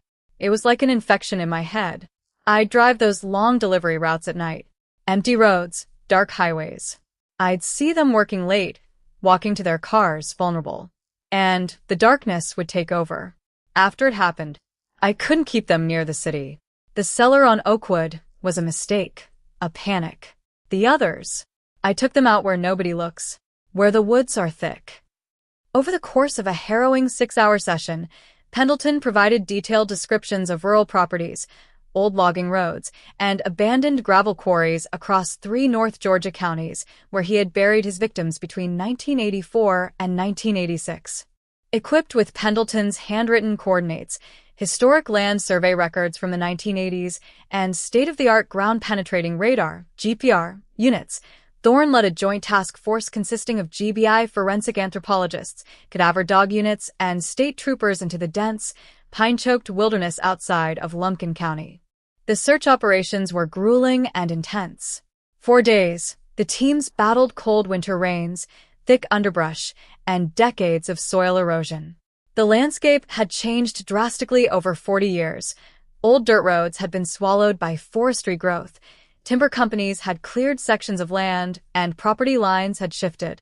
Yet, on the 4th day of excavation near a long-abandoned granite quarry 6 miles off a quiet state route, a specialized cadaver search K-9 alerted near the base of an overgrown white oak tree. Forensic anthropologists carefully scraped back layers of pine needles, leaves, and topsoil. 18 inches below the surface, beneath the root systems of the mature tree, Excavators uncovered physical remnants buried deep in the Georgia clay, a faded leather purse, silver jewelry, and human skeletal remains. Within 72 hours, emergency DNA extraction conducted at the state crime lab confirmed the identity. The remains belonged to Margaret Lawson, who had vanished from Marietta 42 years prior. Subsequent excavations conducted over the following 2 weeks at 2 additional sites identified by Pendleton yielded the remains of Clara Reynolds and Catherine Tate. The horrific 40-year mystery that had haunted 3 separate families across northern Georgia was brought to a decisive, unyielding end. The news broke across national networks with explosive force. The headline-dominated primetime broadcasts, Georgia Cold Case Task Force uncovers 1980s serial killer. 3 more victims exhumed following conviction of Arthur Pendleton. The public reaction was a mixture of absolute horror and profound relief. The quiet suburban deacon who had been arrested for a single cold case murder in late 2025 was officially revealed to be one of the most prolific, undetected serial predators in Georgia's history. In Savannah, Clara Vance stood side by side with the surviving family members of Margaret Lawson, Clara Reynolds, and Catherine Tate during a joint press conference on the steps of the state capitol. Where there had once been isolated grief, there was now a unified front of surviving families bound together by tragedy, closure, and the relentless march of justice. For decades, we were isolated islands of sorrow, said Thomas Lawson, the 60-year-old brother of Margaret Lawson, his voice choked with emotion as he held a portrait of his sister. We thought our loved ones were forgotten dust in an archive drawer. But Detective Thorne, Detective Miller, and the incredible scientists at the GBI proved that time does not erase love, and it certainly does not protect a murderer from the truth. Back in the Fulton County District Attorney's Office, prosecutors formally filed 3 additional counts of malice murder against Arthur Pendleton. To avoid the prolonged agony of multiple trials for the surviving families, Pendleton signed an absolute, unappealable global plea agreement, accepting 3 additional consecutive life sentences without the possibility of parole, waiving all rights to future legal appeals or state clemency. The legal saga of Arthur Pendleton was irrevocably closed. He was returned to his cell at Georgia State Prison, destined to spend every remaining day of his natural life isolated from the world he had terrorized in secret. In the spring of 2026, the Fulton County Precinct officially inaugurated the Elena Vance Memorial Forensic Center, a state-of-the-art regional laboratory dedicated exclusively to the application of advanced genetic genealogy, high-sensitivity DNA recovery, and digital cold case archaeology. On the wall of the main lobby hung 4 polished brass plaques, each bearing a name, a photograph, and a date: Elena Vance, Margaret Lawson, Clara Reynolds, and Catherine Tate.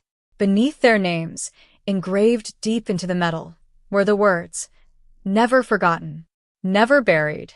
Detective Marcus Thorne stood in the quiet lobby on the morning of the building's dedication, looking up at the plaques as the morning sun cast long streaks of gold across the marble floor. In his hand, he held his final administrative file, a single, thin folder containing the completed closure reports for all 4 cases. He walked over to the central archive vault, placed the folder into the high-security cabinet, and turned the heavy lock until it clicked into place. The journey that had begun with a trembling midnight phone call from a payphone on Ponce de Leon Avenue in August 1987 had finally reached its ultimate conclusion. The rain on Oakwood Street had long since dried, the old Victorian house had been torn down, and the damp cellar had been cleared away. But the lesson forged in the fire of those 4-decade-old investigations remained forever etched in the history of law enforcement. No matter how deep a crime is buried, no matter how clever the killer believes himself to be, and no matter how many decades pass in silent obscurity, the truth is an unyielding force. It waits in the microscopic fibers of an old rope, in the pages of an old ledger, and in the hearts of those who refuse to give up hope, ready to strip away the mask of innocence and deliver justice to the dark. The summer sun of June 2026 beat down relentlessly on the asphalt of downtown Atlanta, casting stark shadows across the modern glass facade of the newly dedicated Elena Vance Memorial Forensic Center. Inside, the climate-controlled rooms hummed with the quiet, rhythmic whir of supercomputers, mass spectrometers, and high-throughput DNA sequencers. The atmosphere was sterile, precise, and uncompromising. Here, the past did not remain a vague memory. It was dismantled, element by element, until every hidden truth was forced into the light. In his second-floor corner office, Detective Marcus Thorne stood by the floor-to-ceiling glass, looking out over the city skyline. His desk, once burdened with the faded yellow folders of the Oakwood Street murder and its horrific spin-offs, was now lined with fresh, neatly bound binders sent from precincts across the American South. The unmasking of Arthur Pendleton had not just closed 4 cold cases. It had cracked open a Pandora's box of historical criminal files that had sat untouched for generations. A soft knock at the heavy oak door broke his concentration. Detective Sarah Miller stepped inside, carrying a thick black leather-bound binder stamped with a red seal from the Federal Bureau of Investigation. "We have a problem, Marcus," Miller said, her tone devoid of its usual sharp confidence. She placed the binder gently onto the desk between them. "Or rather, the FBI's Behavioral Analysis Unit has a problem, and they're asking us to help them fix it." Thorne pulled the binder toward him, opening the cover to reveal a series of color-coded maps, timeline charts, and high-resolution black-and-white crime scene photos dating back to the late 1970s. "What am I looking at, Sarah?" When Pendleton signed his global plea agreement for the murders of Elena Vance, Margaret Lawson, Clara Reynolds, and Catherine Tate, everyone in law enforcement assumed we had drawn the final boundary around his reign of terror, Miller explained, pointing to a series of red pins scattered across a map of the southeastern United States. The BU spent the last 3 months cross-referencing Pendleton's complete employment records, not just his tenure at Southeastern Medical Logistics, but his early career in the late 1970s, when he worked as an interstate long-haul courier for a regional pharmaceutical distributor based out of Charlotte, North Carolina. Thorne felt a familiar, cold, sinking feeling in the pit of his stomach. His delivery routes weren't limited to Georgia. "Not even close," Miller replied, turning the page to reveal a series of missing persons flyers from North Carolina, South Carolina, Virginia, and Eastern Tennessee between 1976 and 1981. 7 young women.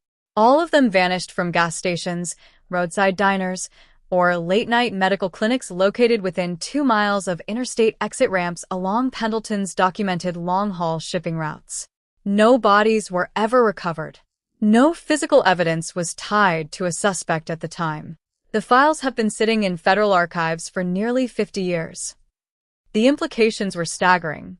The quiet deacon from Alpharetta, who had spent decades masquerading as an ordinary suburban neighbor, was potentially not just a regional predator, but one of the most expansive, unmonitored serial killers in mid-century American history. Does Pendleton know the FBI is looking into his early years? Thorne asked, his eyes scanning the names and dates on the missing persons posters. "Not yet," Miller said. "The BU tried to interview him at Reedsville last week, but the second they mentioned Charlotte and 1978, Pendleton shut down. He refused to speak, invoked his plea agreement terms, and turned his back on the agents. He knows we can't threaten him with a death penalty because of his signed deal on the Georgia cases. He thinks he's bulletproof behind those prison walls." Thorne closed the binder with a heavy thud. He knew the psychology of Arthur Pendleton better than anyone alive. Pendleton was a man obsessed with control. He had surrendered his secrets about Elena Vance, Margaret Lawson, Clara Reynolds, and Catherine Tate only when cornered by irrefutable, scientific certainty, when faced with his own physical footprint preserved in the nylon rope fibers and the Georgia clay. To break his silence on these new, cold case disappearances, Thorne wouldn't need aggressive interrogations or federal threats. He needed physical, microscopic proof from the past. Within 48 hours, Thorne and Miller were on a military transport flight heading toward the FBI's evidence storage facility in Quantico, Virginia. Deep within the federal vault lay evidence container NC 78-0119. The preserved physical items recovered from an abandoned station wagon found on a shoulder of Interstate 85 outside of Greensboro, North Carolina, on a chilly November night in 1978. The car had belonged to Sandra Linwood, a 20-year-old pharmacy technician who had vanished while driving home from her evening shift. The original 1978 investigation had yielded 0 fingerprints, no forced entry signs, and no blood. The car had sat in a state-impound lot before its contents were cataloged, boxed, and transferred to federal storage, where they had collected dust for 48 years. Inside the Quantico cleanroom, wearing full biohazard gear, Thorne and a team of senior federal forensic geneticists opened the sealed container. Inside were Sandra Linwood's personal items, her vinyl purse, a half-empty packet of gum, an umbrella, and the driver's side floor mat, which had been preserved in an airtight plastic bag. The original technicians in 1978 dusted the steering wheel and handles for latent prints, which yielded nothing because the killer wore gloves, explained Dr. Evelyn Vance Cross, the chief genetic analyst at the Quantico lab. But they didn't think about contact transfer on the interior rubber surfaces.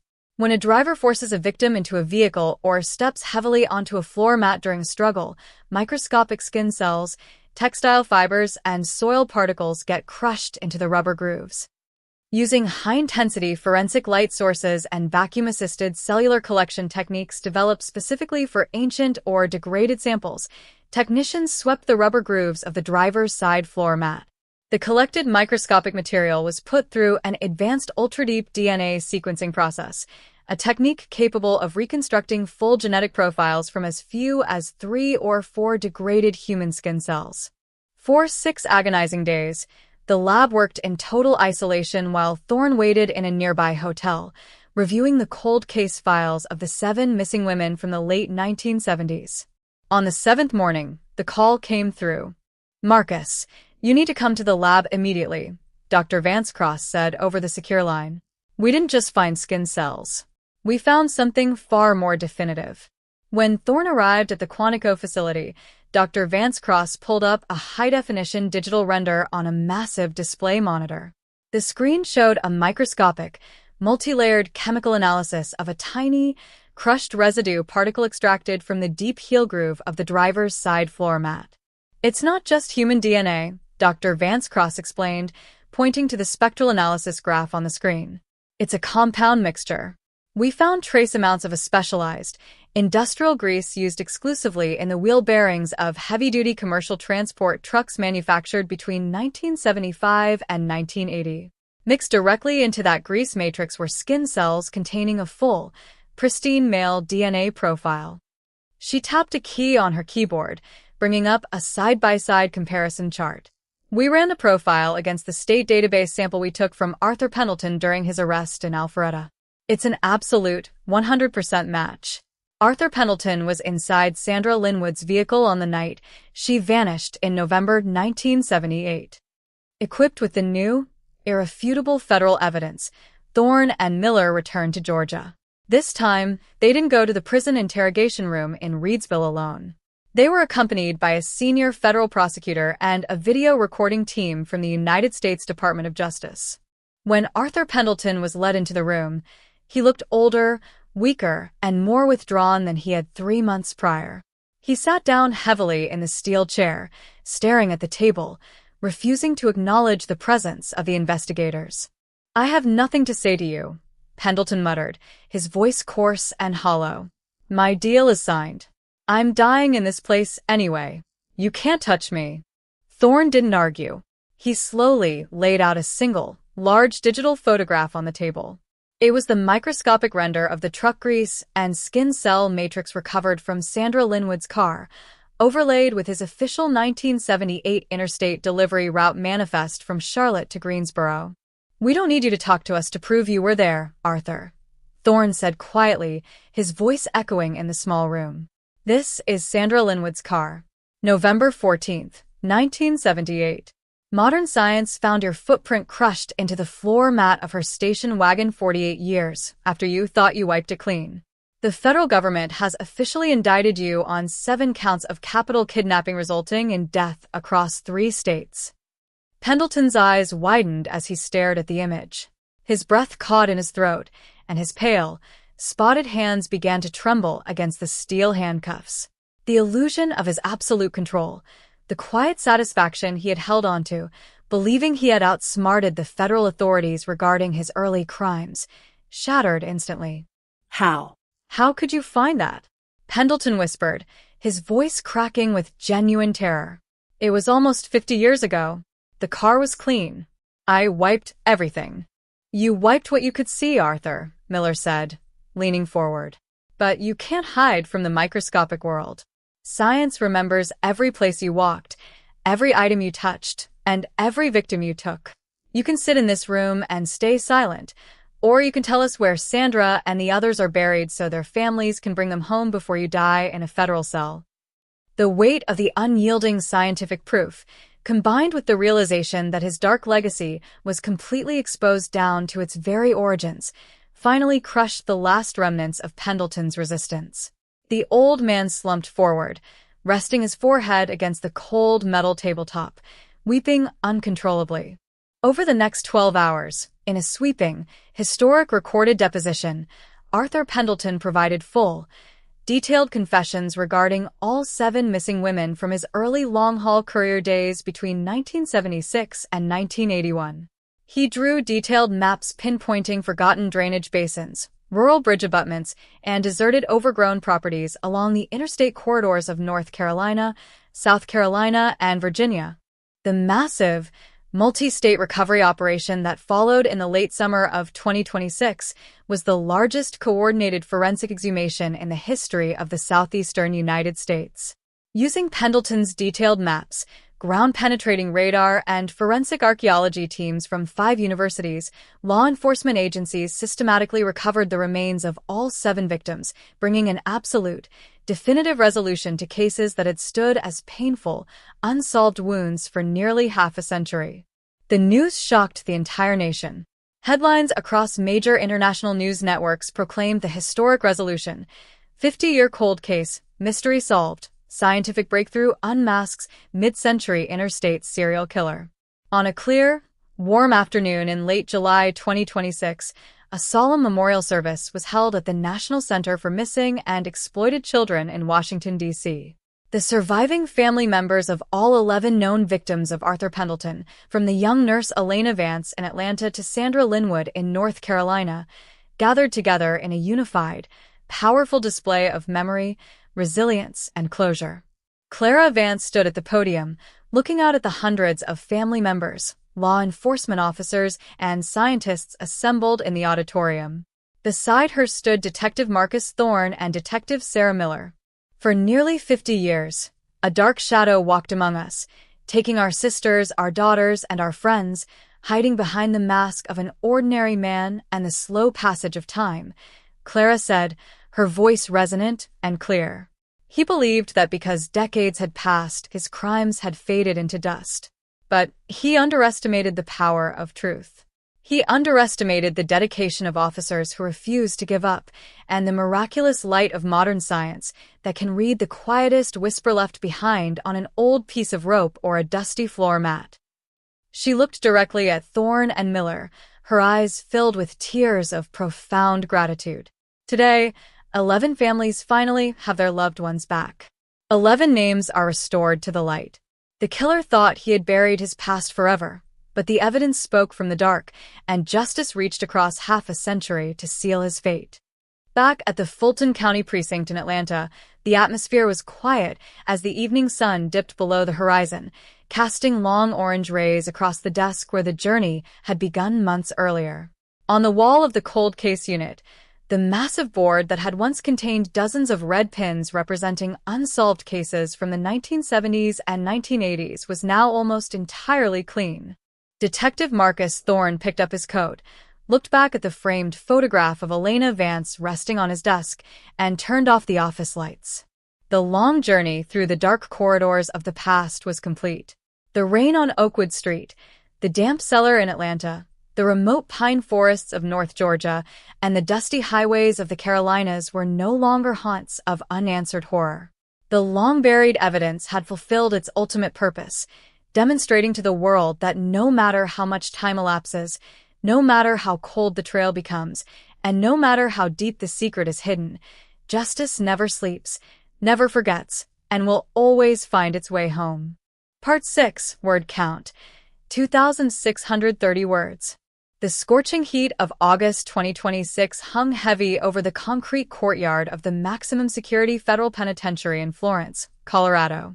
Arthur Pendleton had been transferred from Georgia state custody into the absolute isolation of the federal system following his global indictment and conviction for the multi-state interstate homicides. Stripped of his name, his possessions, and his former illusion of suburban respectability, inmate 00094821 spent 23 hours a day inside a cell designed to neutralize every human contact. The world outside had moved on, but inside his mind, the past refused to stay dormant. At the Elena Vance Memorial Forensic Center in Atlanta, the atmosphere was charged with a different kind of intensity. The resolution of 11 homicides across 5 states had established the center as a global benchmark for cold case investigations. Yet, for Detective Marcus Thorne and Detective Sarah Miller, the ultimate lesson of the Pendleton investigation was not victory, but vigilance. They knew that the microscopic methods that had brought down a decades-old serial predator were not unique to a single killer. They were keys capable of unlocking hundreds of cold files gathering dust in vaults across the Deep South. It was late on a Thursday evening when a wooden crate arrived at the precinct's secure loading dock, dispatched directly from the parish sheriff's office in Ouachita, Louisiana. The crate contained the untouched physical evidence of a 1982 double homicide that had haunted the Bayou country for 44 years. The unsolved murders of young newlyweds David and Clara Brooks, who had vanished while camping near the Black Bayou Lake National Wildlife Refuge. The original investigation in 1982 had hit a brick wall almost immediately. The couple's abandoned camper van had been found burnt to a shell on a secluded dirt access road. Local authorities at the time had assumed the fire was intended to destroy all physical proof. No bodies were recovered for months until a drought lowered the water levels of the bayou, revealing the rusted remains of a metal tool chest submerged in 16 feet of murky water. Inside were the skeletal remains of David and Clara Brooks, bound with heavy steel baling wire. For over 4 decades, the case had been classified as an unsolved robbery homicide carried out by unknown local drifters. However, when the Louisiana State Police reviewed the forensic breakthroughs accomplished by Thorne's task force in Atlanta, they noticed a disturbing parallel in the physical evidence. The precise, complex, professional knots used to secure the steel baling wire around the victim's wrists mirrored the intricate industrial hitches Pendleton had used on his victims in Georgia and the Carolinas. Miller brought the newly cataloged Louisiana file into Thorne's office, spreading the monochrome 1982 crime scene photographs across his desk. "Look at the wire ties, Marcus," she pointed out, her finger tracing the rusted strands in the photo. "This isn't random. It's a double-loop hitch with an inverted lock, the exact same technique found on the nylon ropes bound around Elena Vance and the tarpaulins in the North Georgia quarries." Thorne leaned over the photographs, scrutinizing the mechanical precision of the wire wraps. Pendleton was working as a regional delivery driver in 1982, but his routes were supposed to be strictly confined to the eastern seaboard. Louisiana wasn't on his corporate logs. "Not on his primary logs," Miller corrected, sliding a freshly subpoenaed archive document from a defunct freight company across the table. In the spring of 1982, Southeastern Logistics temporarily subcontracted 6 of its drivers to an agricultural supply corridor running between Birmingham, Montgomery, and Monroe, Louisiana. Pendleton was on that route for 6 weeks in April and May of 1982, the exact timeframe David and Clara Brooks vanished.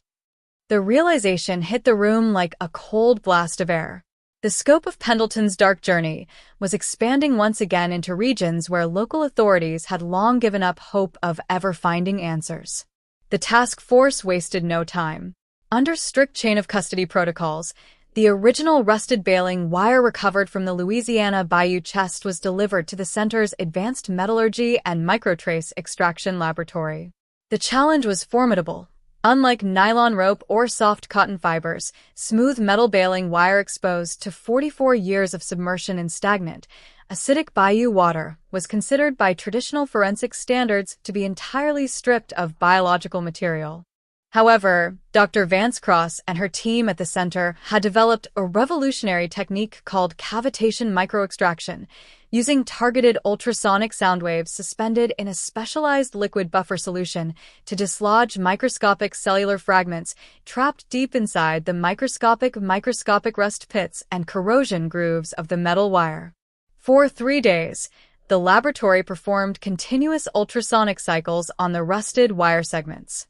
The process was painstaking, requiring absolute precision to avoid destroying the degraded cellular walls. On the 3rd night, the automated sequencing array flagged a positive hit. The ultrasonic extraction had successfully freed 48 degraded human skin cells that had been crushed into the microscopic rust crevices beneath the twisted wire knots before the chest was submerged. The cells had been sealed off from oxygen and aquatic bacteria by a layer of hardened industrial grease that had coated the baling wire prior to the crime. Dr. Vance Cross initiated the genetic sequencing. By midnight, the computer rendered a complete short tandem repeat, STR, profile. The profile was cross-referenced directly against the Federal Master Database profile of Arthur Pendleton. The monitor flashed bright green. Match confirmed. Probability of individual random selection, 1 in 14 trillion. The scientific proof was absolute. Arthur Pendleton had been in Louisiana in May 1982, and his hands had twisted the baling wire that sealed the fate of David and Clara Brooks. Armed with the new genetic match, Thorne and Miller flew to the Federal Correctional Complex in Florence, Colorado. They were escorted through 4 security checkpoints into the high-security interview room, where Pendleton sat behind a thick panel of reinforced bulletproof glass, speaking through a heavy iron grate. The old man looked entirely defeated. The arrogance that had once defined his secret double life was completely gone, replaced by the hollow posture of a man who realized that no corner of the earth, no passage of time, and no depth of water could hide his sins from the reach of modern science. Thorne picked up the intercom receiver and held a single photograph against the glass, the rusted metal tool chest retrieved from the Louisiana Bayou in 1982. Louisiana, Arthur, Thorne said, his voice ringing crisp through the speaker. May 14th, 1982. Black Bayou Lake. David and Clara Brooks. Pendleton's eyes shifted slowly to the photograph. A long, trembling breath escaped his lips, rattling in his chest. He didn't deny it. He didn't try to make excuses. He slowly closed his eyes and leaned his forehead against the cold glass panel. The water. Pendleton whispered, his voice weak and metallic through the intercom. I threw it in 16 feet of mud. I thought the water would wash it all away. I thought the mud would eat everything. Water doesn't wash away the truth anymore, Arthur, Miller said into a receiver. The rust preserved your touch. Your skin cells were trapped under the grease in that wire for 44 years, waiting for us to pull them out. Pendleton began to weep, not tears of repentance for the young couple whose lives he had brutally cut short, but the bitter, pathetic tears of a predator whose ultimate nightmare was the complete, undeniable exposure of his total legacy of evil. Over the next 4 hours, with federal prosecutors and Louisiana state investigators listening via video uplink, Arthur Pendleton provided a full, detailed confession regarding the murders of David and Clara Brooks, describing the robbery, the abduction, and the disposal of the chest in the bayou. He signed his formal confession, waiving all rights to extradition or trial, sealing his 5th consecutive life sentence without the possibility of parole. The news of the Louisiana breakthrough sent shockwaves through the law enforcement community nationwide. Headlines across international media organizations declared, Bayou cold case solved after 44 years. Modern forensics links incarcerated serial killer to 1982 double homicide. For the surviving family members of David and Clara Brooks, including Clara's 84-year-old mother, who had spent over 4 decades lighting a sanctuary candle in her local church every Sunday, the news brought an overwhelming wave of emotional healing and long overdue peace. In a tearful public statement broadcast live from Monroe, Louisiana, Clara's mother held up a photograph of her daughter and son-in-law on their wedding day. For 44 years, I prayed that before I closed my eyes for the last time, I would know who took my children, she said, her voice trembling with emotion. "I thought my prayers were lost in the dark. But God gave wisdom to those scientists and strength to those detectives. Today, my children can finally rest in peace, and the man who did this can never hurt another soul." Back in Atlanta, the success of the Brooks case marked a monumental turning point for the Elena Vance Memorial Forensic Center. The facility was officially awarded a federal grant to establish the National Aquatic Cold Case Task Force, a specialized unit dedicated exclusively to applying cavitation extraction and advanced DNA recovery to submerged physical evidence from unsolved homicides across the United States. On a crisp autumn morning in late October 2026, Detective Marcus Thorne and Detective Sarah Miller stood on the granite steps of the Fulton County Courthouse. The air was cool, and the bright morning sun reflected off the glass towers of downtown Atlanta. Thorne carried a heavy leather briefcase containing the finalized, closed case files of 12 victims whose deaths had been brought to justice through their unit's unyielding determination over the past year. He walked into the central archival room, opened the master vault, and placed the files onto the permanent shelf alongside Box 87 to 4092, the original case file of Elena Vance. He paused for a moment, resting his hand on the metal drawer, reflecting on the long, dark journey that had begun with a cold grave in a damp Victorian cellar on Oakwood Street in August 1987. The mystery that had once seemed unsolvable, frozen in time and shrouded in decades of silence, had been completely shattered. Science had bridged the chasm between past and present. The long-buried evidence had spoken across the span of nearly half a century, stripping away the monster's mask, delivering closure to grieving families across the nation, and proving beyond a shadow of a doubt that justice is an eternal, unyielding light that no darkness can ever extinguish. The harsh morning light of November 2026 filtered through the frosted glass windows of the cold case archival wing at the Elena Vance Memorial Forensic Center in Atlanta. Outside, late autumn leaves drifted across Ponce de Leon Avenue, but inside the secure facility, time was measured not by seasons, but by the steady, unyielding recovery of forgotten lives. What had begun as an isolated investigation into a single 1987 murder in a damp Victorian basement had evolved into an unprecedented, multi-jurisdictional forensic crusade spanning over 5 decades of American history. For Detective Marcus Thorne and Detective Sarah Miller, the closing of the Louisiana Bayou file had brought a brief, solemn moment of reflection. Yet, the relentless nature of historical homicide work offered little room for lingering. In the wake of Arthur Pendleton's sweeping confessions, federal agencies, state bureaus, and rural county sheriff departments continued to cross-reference his past employment routes with unsolved disappearances from the mid-1970s through the late 1980s. It was during a routine audit of cold files from the Tennessee State Police that a brand new anomaly emerged, one that threatened to push the boundaries of their understanding even further. Detective Miller stood before the interactive digital evidence board in the center's main briefing room. Displayed on the screen was a yellowed, faded missing persons poster from Hamilton County, Tennessee, dated October 14, 1975. The poster bore the photograph of 18-year-old Evelyn Reed, a promising young musician who had vanished after leaving a late-night rehearsal at a community theater in Chattanooga. "Look at the timeline, Marcus," Miller said, tapping a stylus against the screen to bring up a split display. On the left side was Evelyn Reed's missing person report. On the right side was Arthur Pendleton's military discharge record from the United States Army Reserve, dated October 10, 1975, exactly 4 days before Evelyn disappeared. Thorne leaned forward, his eyes narrowing as he scanned the military documents. Pendleton was stationed at Fort Campbell along the Kentucky-Tennessee border before his discharge. "We always assumed his violent activity began when he took the commercial courier job in Charlotte in 1976. That's what he wanted us to believe," Miller replied, her voice grim. "He wanted us to think his dark impulses started in his mid-20s with his delivery trucks. But if he killed Evelyn Reed in Chattanooga in October 1975, it means his predatory escalation didn't begin on the open highways. It began while he was still wearing a military uniform." The revelation carried chilling implications. If Pendleton had committed a murder prior to his civilian career, the established psychological profile constructed by federal behavioral analysts was fundamentally incomplete. The task force was no longer looking at a killer who had gradually fallen into darkness through the isolation of long-haul driving.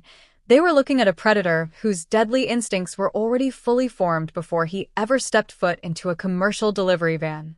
Thorne immediately contacted the Hamilton County Sheriff's Office in Tennessee, requesting the immediate transfer of all surviving evidence tied to the 1975 disappearance of Evelyn Reed. 24 hours later, a secure transport vehicle delivered evidence box TN 75-0882 to the Atlanta Center. The box was small, worn, and smelled faintly of old cardboard and machine oil. Inside were the meager physical remnants recovered from the original 1975 investigation: Evelyn Reed's abandoned acoustic guitar case, found on a dirt shoulder off Highway 27, and a pair of tarnished brass spectacles recovered 3 miles away in a drainage ditch.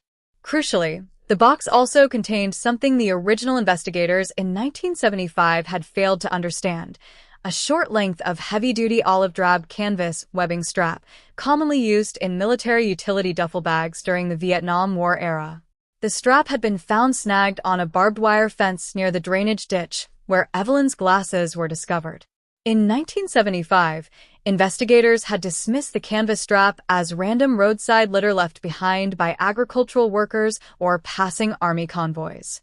In the cleanroom of the Vance Forensic Center, Dr. Evelyn Vance Cross and her team prepared the canvas webbing for ultratrace analysis. Unlike smooth metals or modern synthetic polymers, vintage woven canvas present unique scientific challenges. Over 51 years, the coarse cotton nylon weave of the military strap had absorbed road dust, environmental oil, and moisture. Yet, the deep internal weave of high-density canvas had a unique property. It acted as a protective cocoon for microscopic organic material trapped within the tight cross-stitched fibers. Using high-resolution infrared thermal imaging combined with non-destructive liquid nitrogen solvation, technicians gently separated the microfibers of the canvas strap. Deep inside the innermost core of the stitched webbing, where sunlight and oxygen could not penetrate, they uncovered microscopic traces of desiccated human biological material, specifically microscopic skin flakes and hair follicles without root tissue.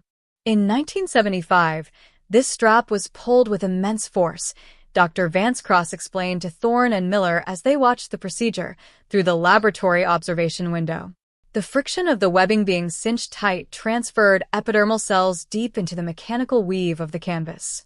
The natural oils in the military-grade cotton sealed those cells against atmospheric decay for more than 5 decades.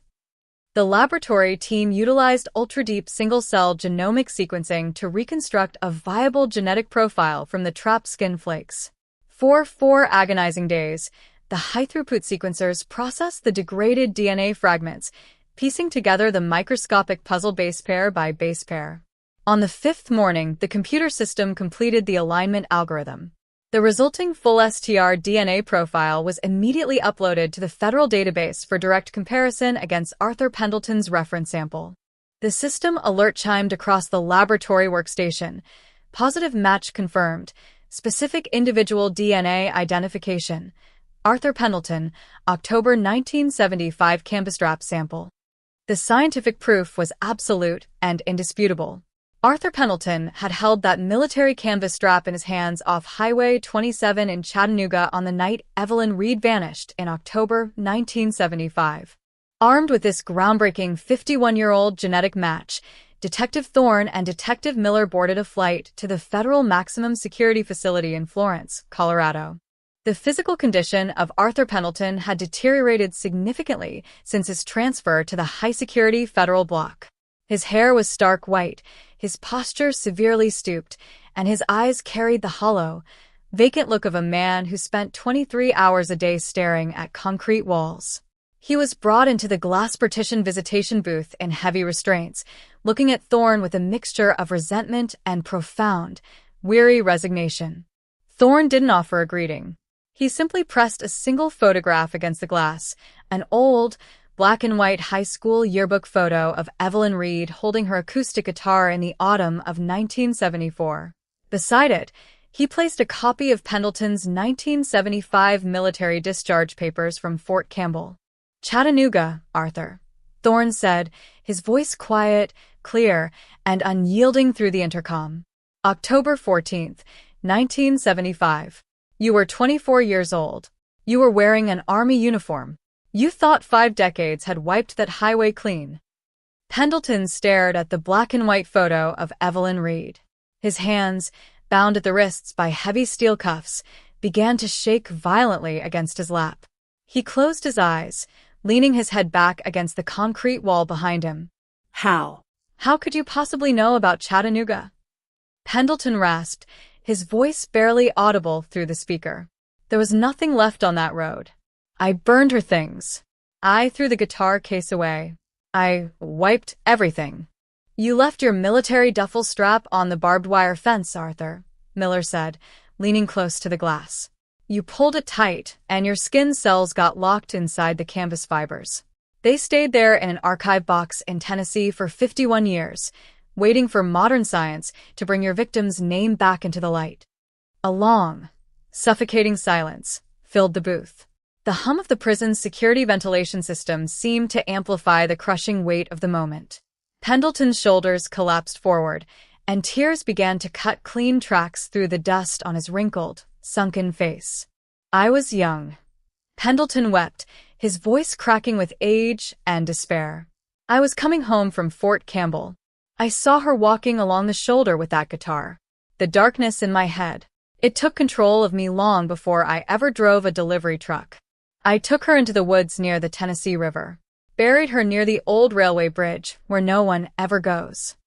Over the next 5 hours, with Tennessee state prosecutors and federal agents listening via secure video uplink, Arthur Pendleton provided a full, minute-by-minute confession regarding the murder of Evelyn Reed in October 1975. He drew detailed topological sketches identifying the exact location near an abandoned railway trestle outside of Chattanooga, where he had buried her remains over half a century earlier. The subsequent exhumation operation conducted by the Tennessee State Police and forensic anthropologists from the University of Tennessee was executed with extreme care. Ground-penetrating radar units identified a disturbance beneath 6 feet of dense river silt near the old railway bridge. Within 48 hours, excavators successfully recovered the physical remains of Evelyn Reed, alongside a silver music note pendant she had worn on the night of her disappearance. The news of the 51-year-old breakthrough exploded across national and international news networks. Headlines dominated morning broadcasts across the country. 51-year-old cold case solved. Modern forensics unmasks serial killer's earliest known crime. The public reaction was one of monumental awe and solemn respect. The case stood as the oldest cold case murder ever successfully resolved through direct forensic DNA extraction from vintage canvas webbing in the history of global law enforcement. In Chattanooga, Tennessee, a special memorial service was held at the community theater where Evelyn Reed had played her last notes 51 years earlier. Her surviving younger brother, now a 72-year-old retired engineer, stood at the podium holding his sister's silver music note pendant, which had been restored by forensic technicians. "For more than half a century, my family lived in a cold, silent shadow," he said, his voice filled with deep emotion. "My parents died with broken hearts, believing that Evelyn had simply vanished into thin air, that her life didn't matter to the world. But today, because of the relentless dedication of Detective Thorne, Detective Miller, and the brilliant scientists in Atlanta, my sister's name is restored. Justice did not forget her. Science did not abandon her." Back at the Fulton County Precinct in Atlanta, Detective Marcus Thorne stood in the central archival vault of the Vance Memorial Forensic Center. He held the newly completed case file for Evelyn Reed, File TN 75-0882, now officially stamped with a bold red seal, case closed/conviction secured. He placed the file onto the permanent shelf beside the master containers of Elena Vance, Margaret Lawson, Clara Reynolds, Catherine Tate, Sandra Linwood, and David and Clara Brooks.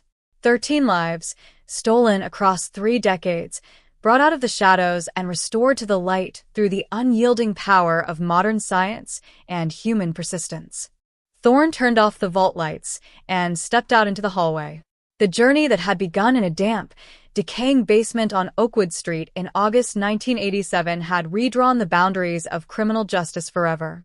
It had proved that time is not a sanctuary for evil, that distance cannot protect a killer, and that no matter how deep a secret is buried under dirt, water, or decades of forgotten silence, the truth remains an eternal, unyielding flame that will always burn through the dark.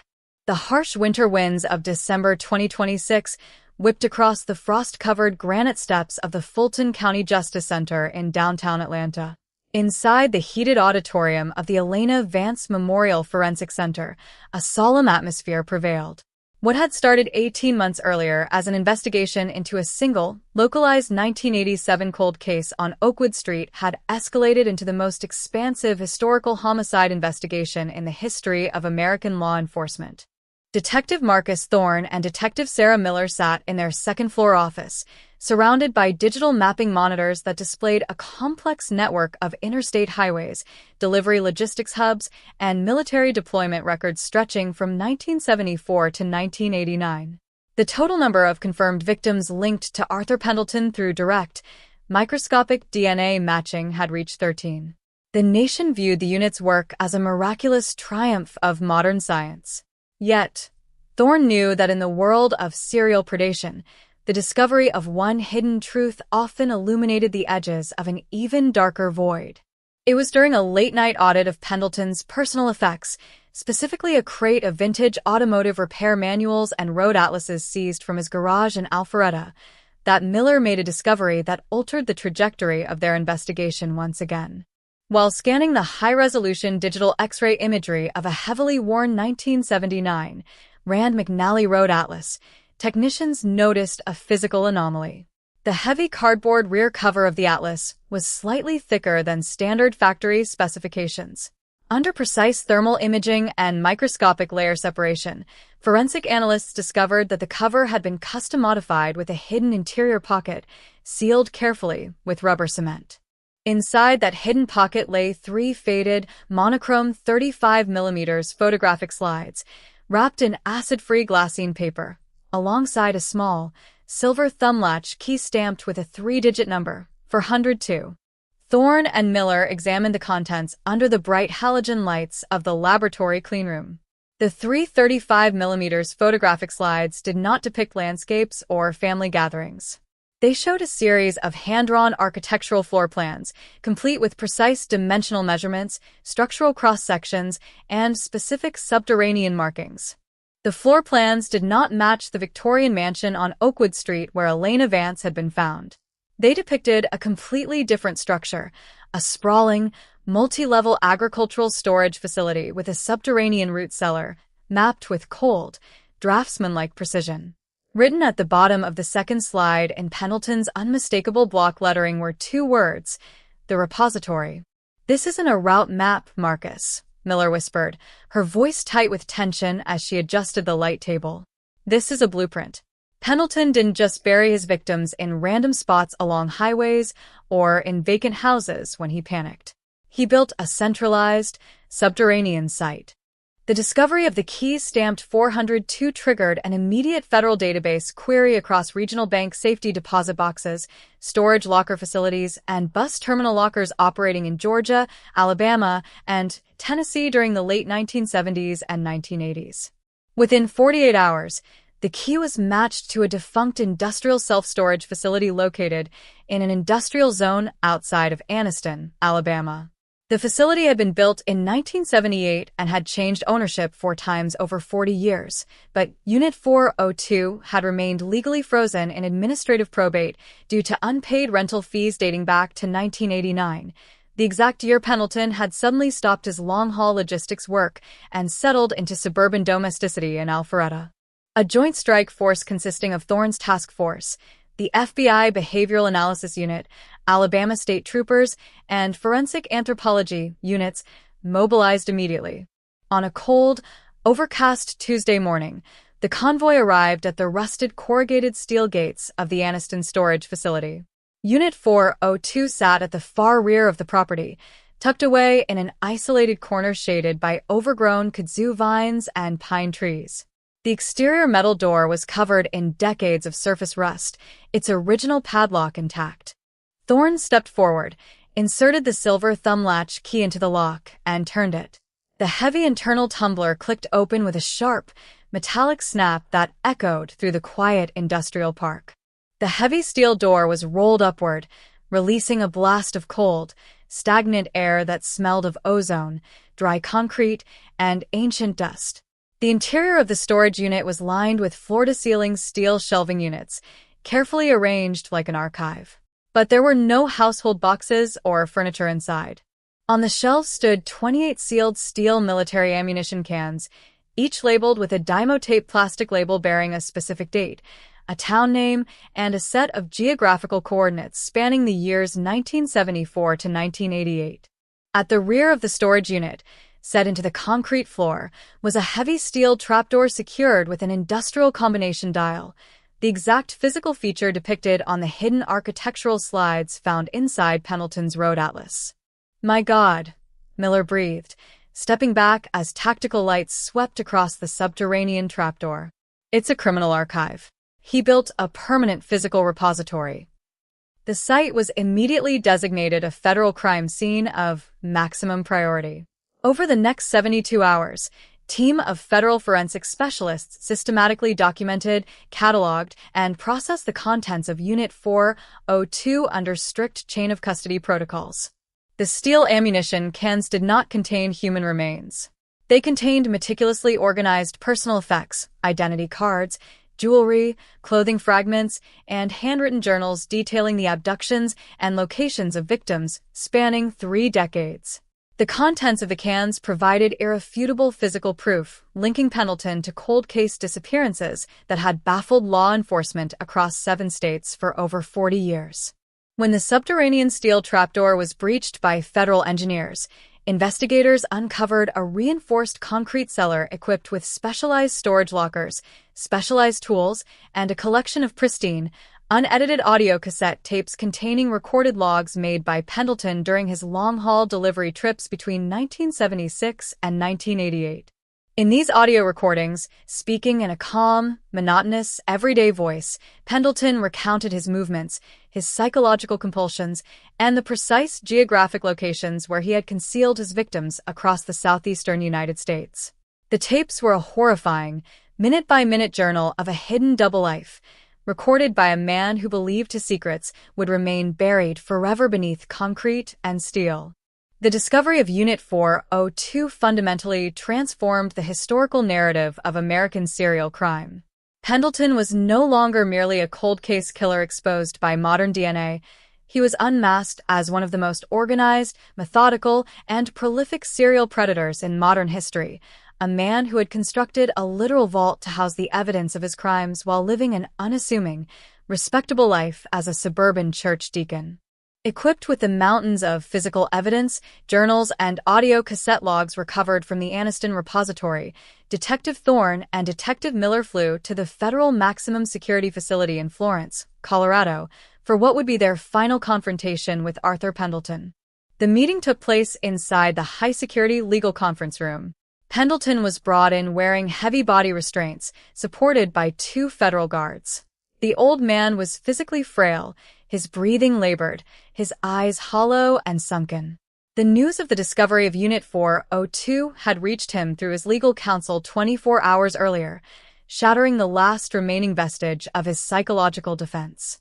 Thorne placed a single audio recorder on the table between them and pressed play. The room filled with the sound of Pendleton's own young voice from a 1981 cassette tape, calmly describing his delivery route through South Carolina and the abduction of a young college student near Columbia. Pendleton stared at the tape recorder. A long, broken sob racked his thin frame, his head dropping onto his chest as he wept silently, his tears dripping onto his orange jumpsuit. "You built a repository, Arthur," Thorne said, his voice quiet, steady, and cut with absolute, unyielding authority. You thought that key hidden in your atlas would keep your secret safe forever. But time caught up with you. Science opened your lock, and every life you stole has been brought back into the light. I wanted to destroy them. Pendleton whimpered, his voice barely audible over the hum of the ventilation system. Every year, I'd tell myself to go to Anniston and burn it all. But I couldn't. It was my life. My real life. The house in Alpharetta, the church, the lawn. That was all just a mask. The repository was who I really was. And now the mask is gone, Arthur, Miller said, leaning forward. The whole world knows exactly who you are. There are no more secrets. No more hidden keys. No more dark cellars. Over the next 8 hours, facing the undeniable weight of the evidence recovered from Unit 402, Arthur Pendleton signed an absolute, comprehensive federal confession covering 27 individual homicides committed between 1974 and 1988 across 8 states. He provided full legal waivers, forfeiting every right to future appeals, post-conviction relief, or media access, accepting 27 consecutive life sentences without the possibility of parole. 3 weeks later, on January 14, 2027, Arthur Pendleton died in his sleep inside his cell at the Federal Correctional Complex in Florence, Colorado, due to advanced cardiovascular disease at the age of 65. His death marked the absolute physical end of a monster whose hidden reign of terror had cast a dark shadow over the American South for nearly half a century. The news of Pendleton's death and the comprehensive resolution of 27 cold cases dominated international headlines. Front-page stories across the globe declared, "Final justice for the South's most prolific serial predator. 27 cold cases solved as historic investigation concludes." In Atlanta, a historic memorial service was held in the Grand Plaza outside the Fulton County Justice Center. Surviving family members from all 27 victims gathered together in an extraordinary display of unity, grief, and triumphant closure. Clara Vance stood alongside the brothers, sisters, children, and grandchildren of women who had vanished between 1974 and 1988. Together, they unveiled the newly expanded National Cold Case Memorial Wall, a massive monument of polished black granite bearing the 27 names of the women whose lives had been restored from the darkness of forgotten history. At the center of the granite wall, carved deep into the stone, were the words, "The evidence spoke. The darkness was vanquished. They are home." Detective Marcus Thorne and Detective Sarah Miller stood at the edge of the plaza, watching as family members placed flowers, candles, and photographs along the base of the black granite wall. Thorne pulled his coat tight against the cold winter wind, looking up at the clear, bright blue sky above Atlanta. The long, winding road that had begun with a single, trembling midnight phone call from a payphone on Ponce de Leon Avenue in August 1987 had finally reached its ultimate, unshakable end. The rain on Oakwood Street had cleared. The damp cellar had been turned to dust. The lock on Unit 402 had been shattered forever.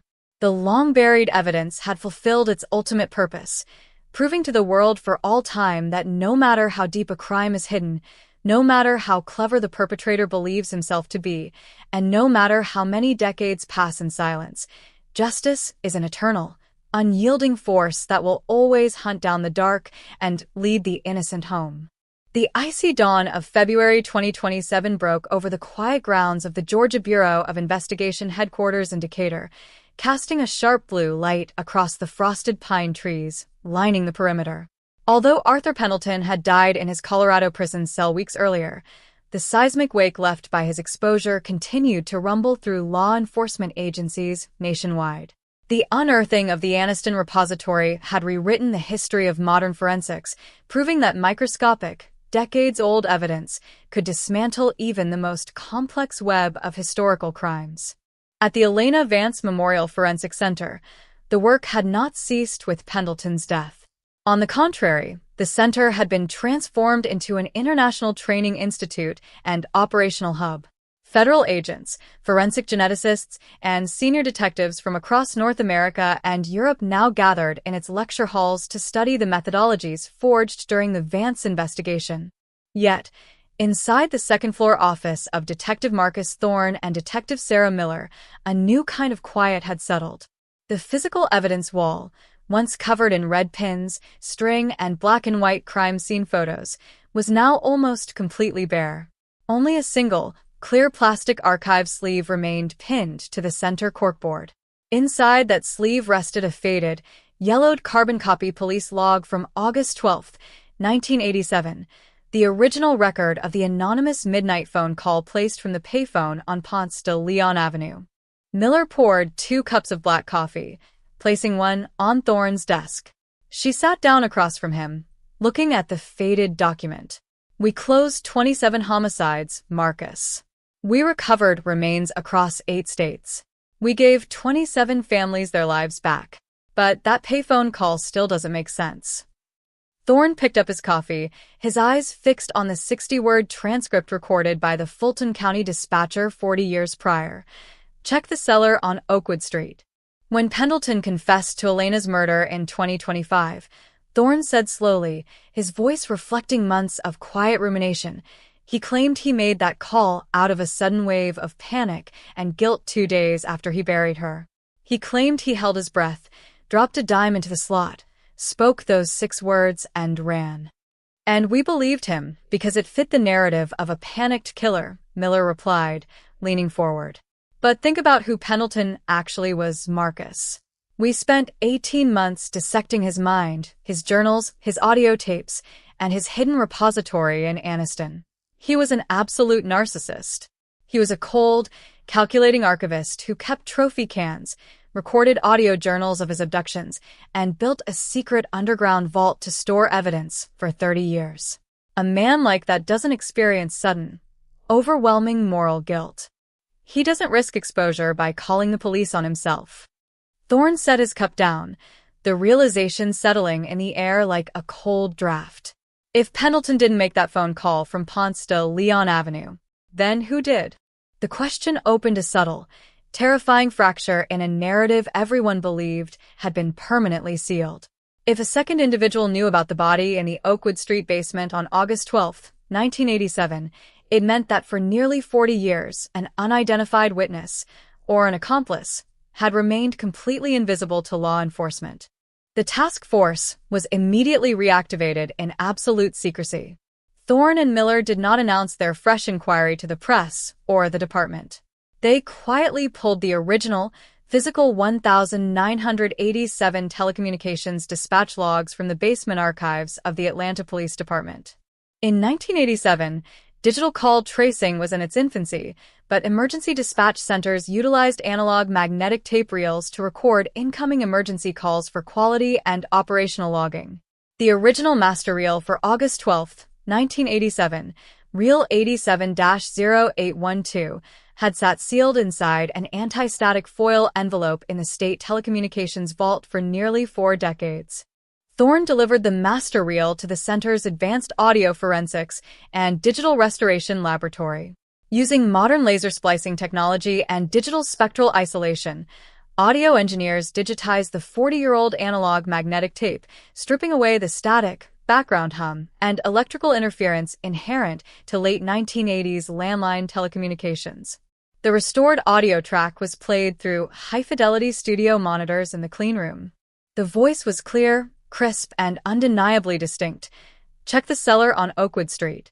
The engineers ran the audio through advanced vocal tract resonance profiling, a modern forensic process that measures the physical dimensions of a speaker's vocal cords, throat structure, and nasal passages based on frequency harmonics. Within 2 hours, the acoustic analysis software generated a definitive biological profile of the caller. Speaker profile: female. Estimated age at time of call: 20 to 25 years. No audible signs of hyperventilation or acute respiratory distress. Miller stared at the monitor in absolute disbelief. "It was a woman," she whispered. "A young woman made the call. It wasn't Pendleton." Thorne sat at the audio console, looping the 5-second recording continuously. As he listened to the background noise behind the female caller's voice, he noticed something subtle that had been masked by analog static for 40 years, a faint, rhythmic, metallic clicking sound recurring every 0.8 seconds, followed by the soft, distant chime of an electronic bell. Isolate the ambient background frequencies, Thorne instructed the lead audio engineer. Filter out the voice and the line hum. Boost the secondary acoustic layer. The engineer isolated the low-decibel background audio. The rhythmic clicking sound amplified, filling the room. Click-clack. Click-clack. Ding. That's not street noise from Ponce de Leon Avenue, Miller observed, her eyes wide. Ponce de Leon was a 4-lane asphalt arterial road with heavy vehicular traffic. That sound is mechanical, enclosed, and rhythmic. The audio engineering team cross-referenced the acoustic signature against an archival database of late 20th century commercial, industrial, and transportation sounds. Within 4 hours, the system identified the exact match, the mechanical tracking mechanism and terminal bell of an automated pharmacy pill sorting machine, specifically the Model 4 automat used exclusively in large regional hospital dispensaries during the mid-1980s. The payphone used to make the call on August 12, 1987, was not located on the corner of Ponce de Leon Avenue. It was located in the ground floor staff corridor directly outside the internal pharmacy at Grady Memorial Hospital, the exact hospital where Elena Vance had worked her late-night nursing shift on the night she vanished. The investigative frame shifted instantly and dramatically. The caller was not a random street bystander or an accomplice on the run. The caller was someone inside Grady Memorial Hospital who had seen or discovered something on the night of August 11, 1987, and had placed the emergency call from an internal hospital payphone before the killer ever left the premises. Thorne and Miller immediately audited the historical employment rosters of Grady Memorial Hospital from August 1987, specifically focusing on night shift nursing staff, pharmacy technicians, and floor supervisors who had worked alongside Elena Vance on the night of her abduction. Out of 42 personnel on duty that night, 38 had been interviewed during the original 1987 investigation. But one name stood out, a 23-year-old pediatric nurse named Juliana Mercer, who had been Elena's closest friend during their clinical rotations. According to the 1987 personnel files, Juliana Mercer had submitted a sudden, unexpected resignation from Grady Memorial Hospital on August 15, 1987, 3 days after Elena's body was recovered from the Oakwood Street basement. She had packed her belongings, moved out of her Atlanta apartment, and vanished from public records, never renewing her Georgia nursing license. For 40 years, local investigators had assumed Juliana Mercer had simply fled the city out of shock and grief over her friend's brutal murder. But equipped with modern digital database tracing and social security cross-referencing, Miller located Juliana Mercer within 3 hours. She was 63 years old, living under her married name, Juliana Vance Hayes, in a quiet coastal town near Beaufort, South Carolina. The following morning, Thorne and Miller drove through the sea mist of the South Carolina Lowcountry, pulling up to a modest wooden cottage overlooking a salt marsh. When Juliana opened the front door, she didn't look surprised. She looked at the gold badges hanging from Thorne and Miller's belts, then looked down at her own trembling hands. She invited them inside, pouring tea with slow, deliberate movements that betrayed decades of heavy, silent burden. On her living room mantelpiece rested a single-framed photograph, a young Juliana standing arm in arm with Elena Vance outside Grady Memorial Hospital in the summer of 1986. "I wondered when you would come," Juliana said softly,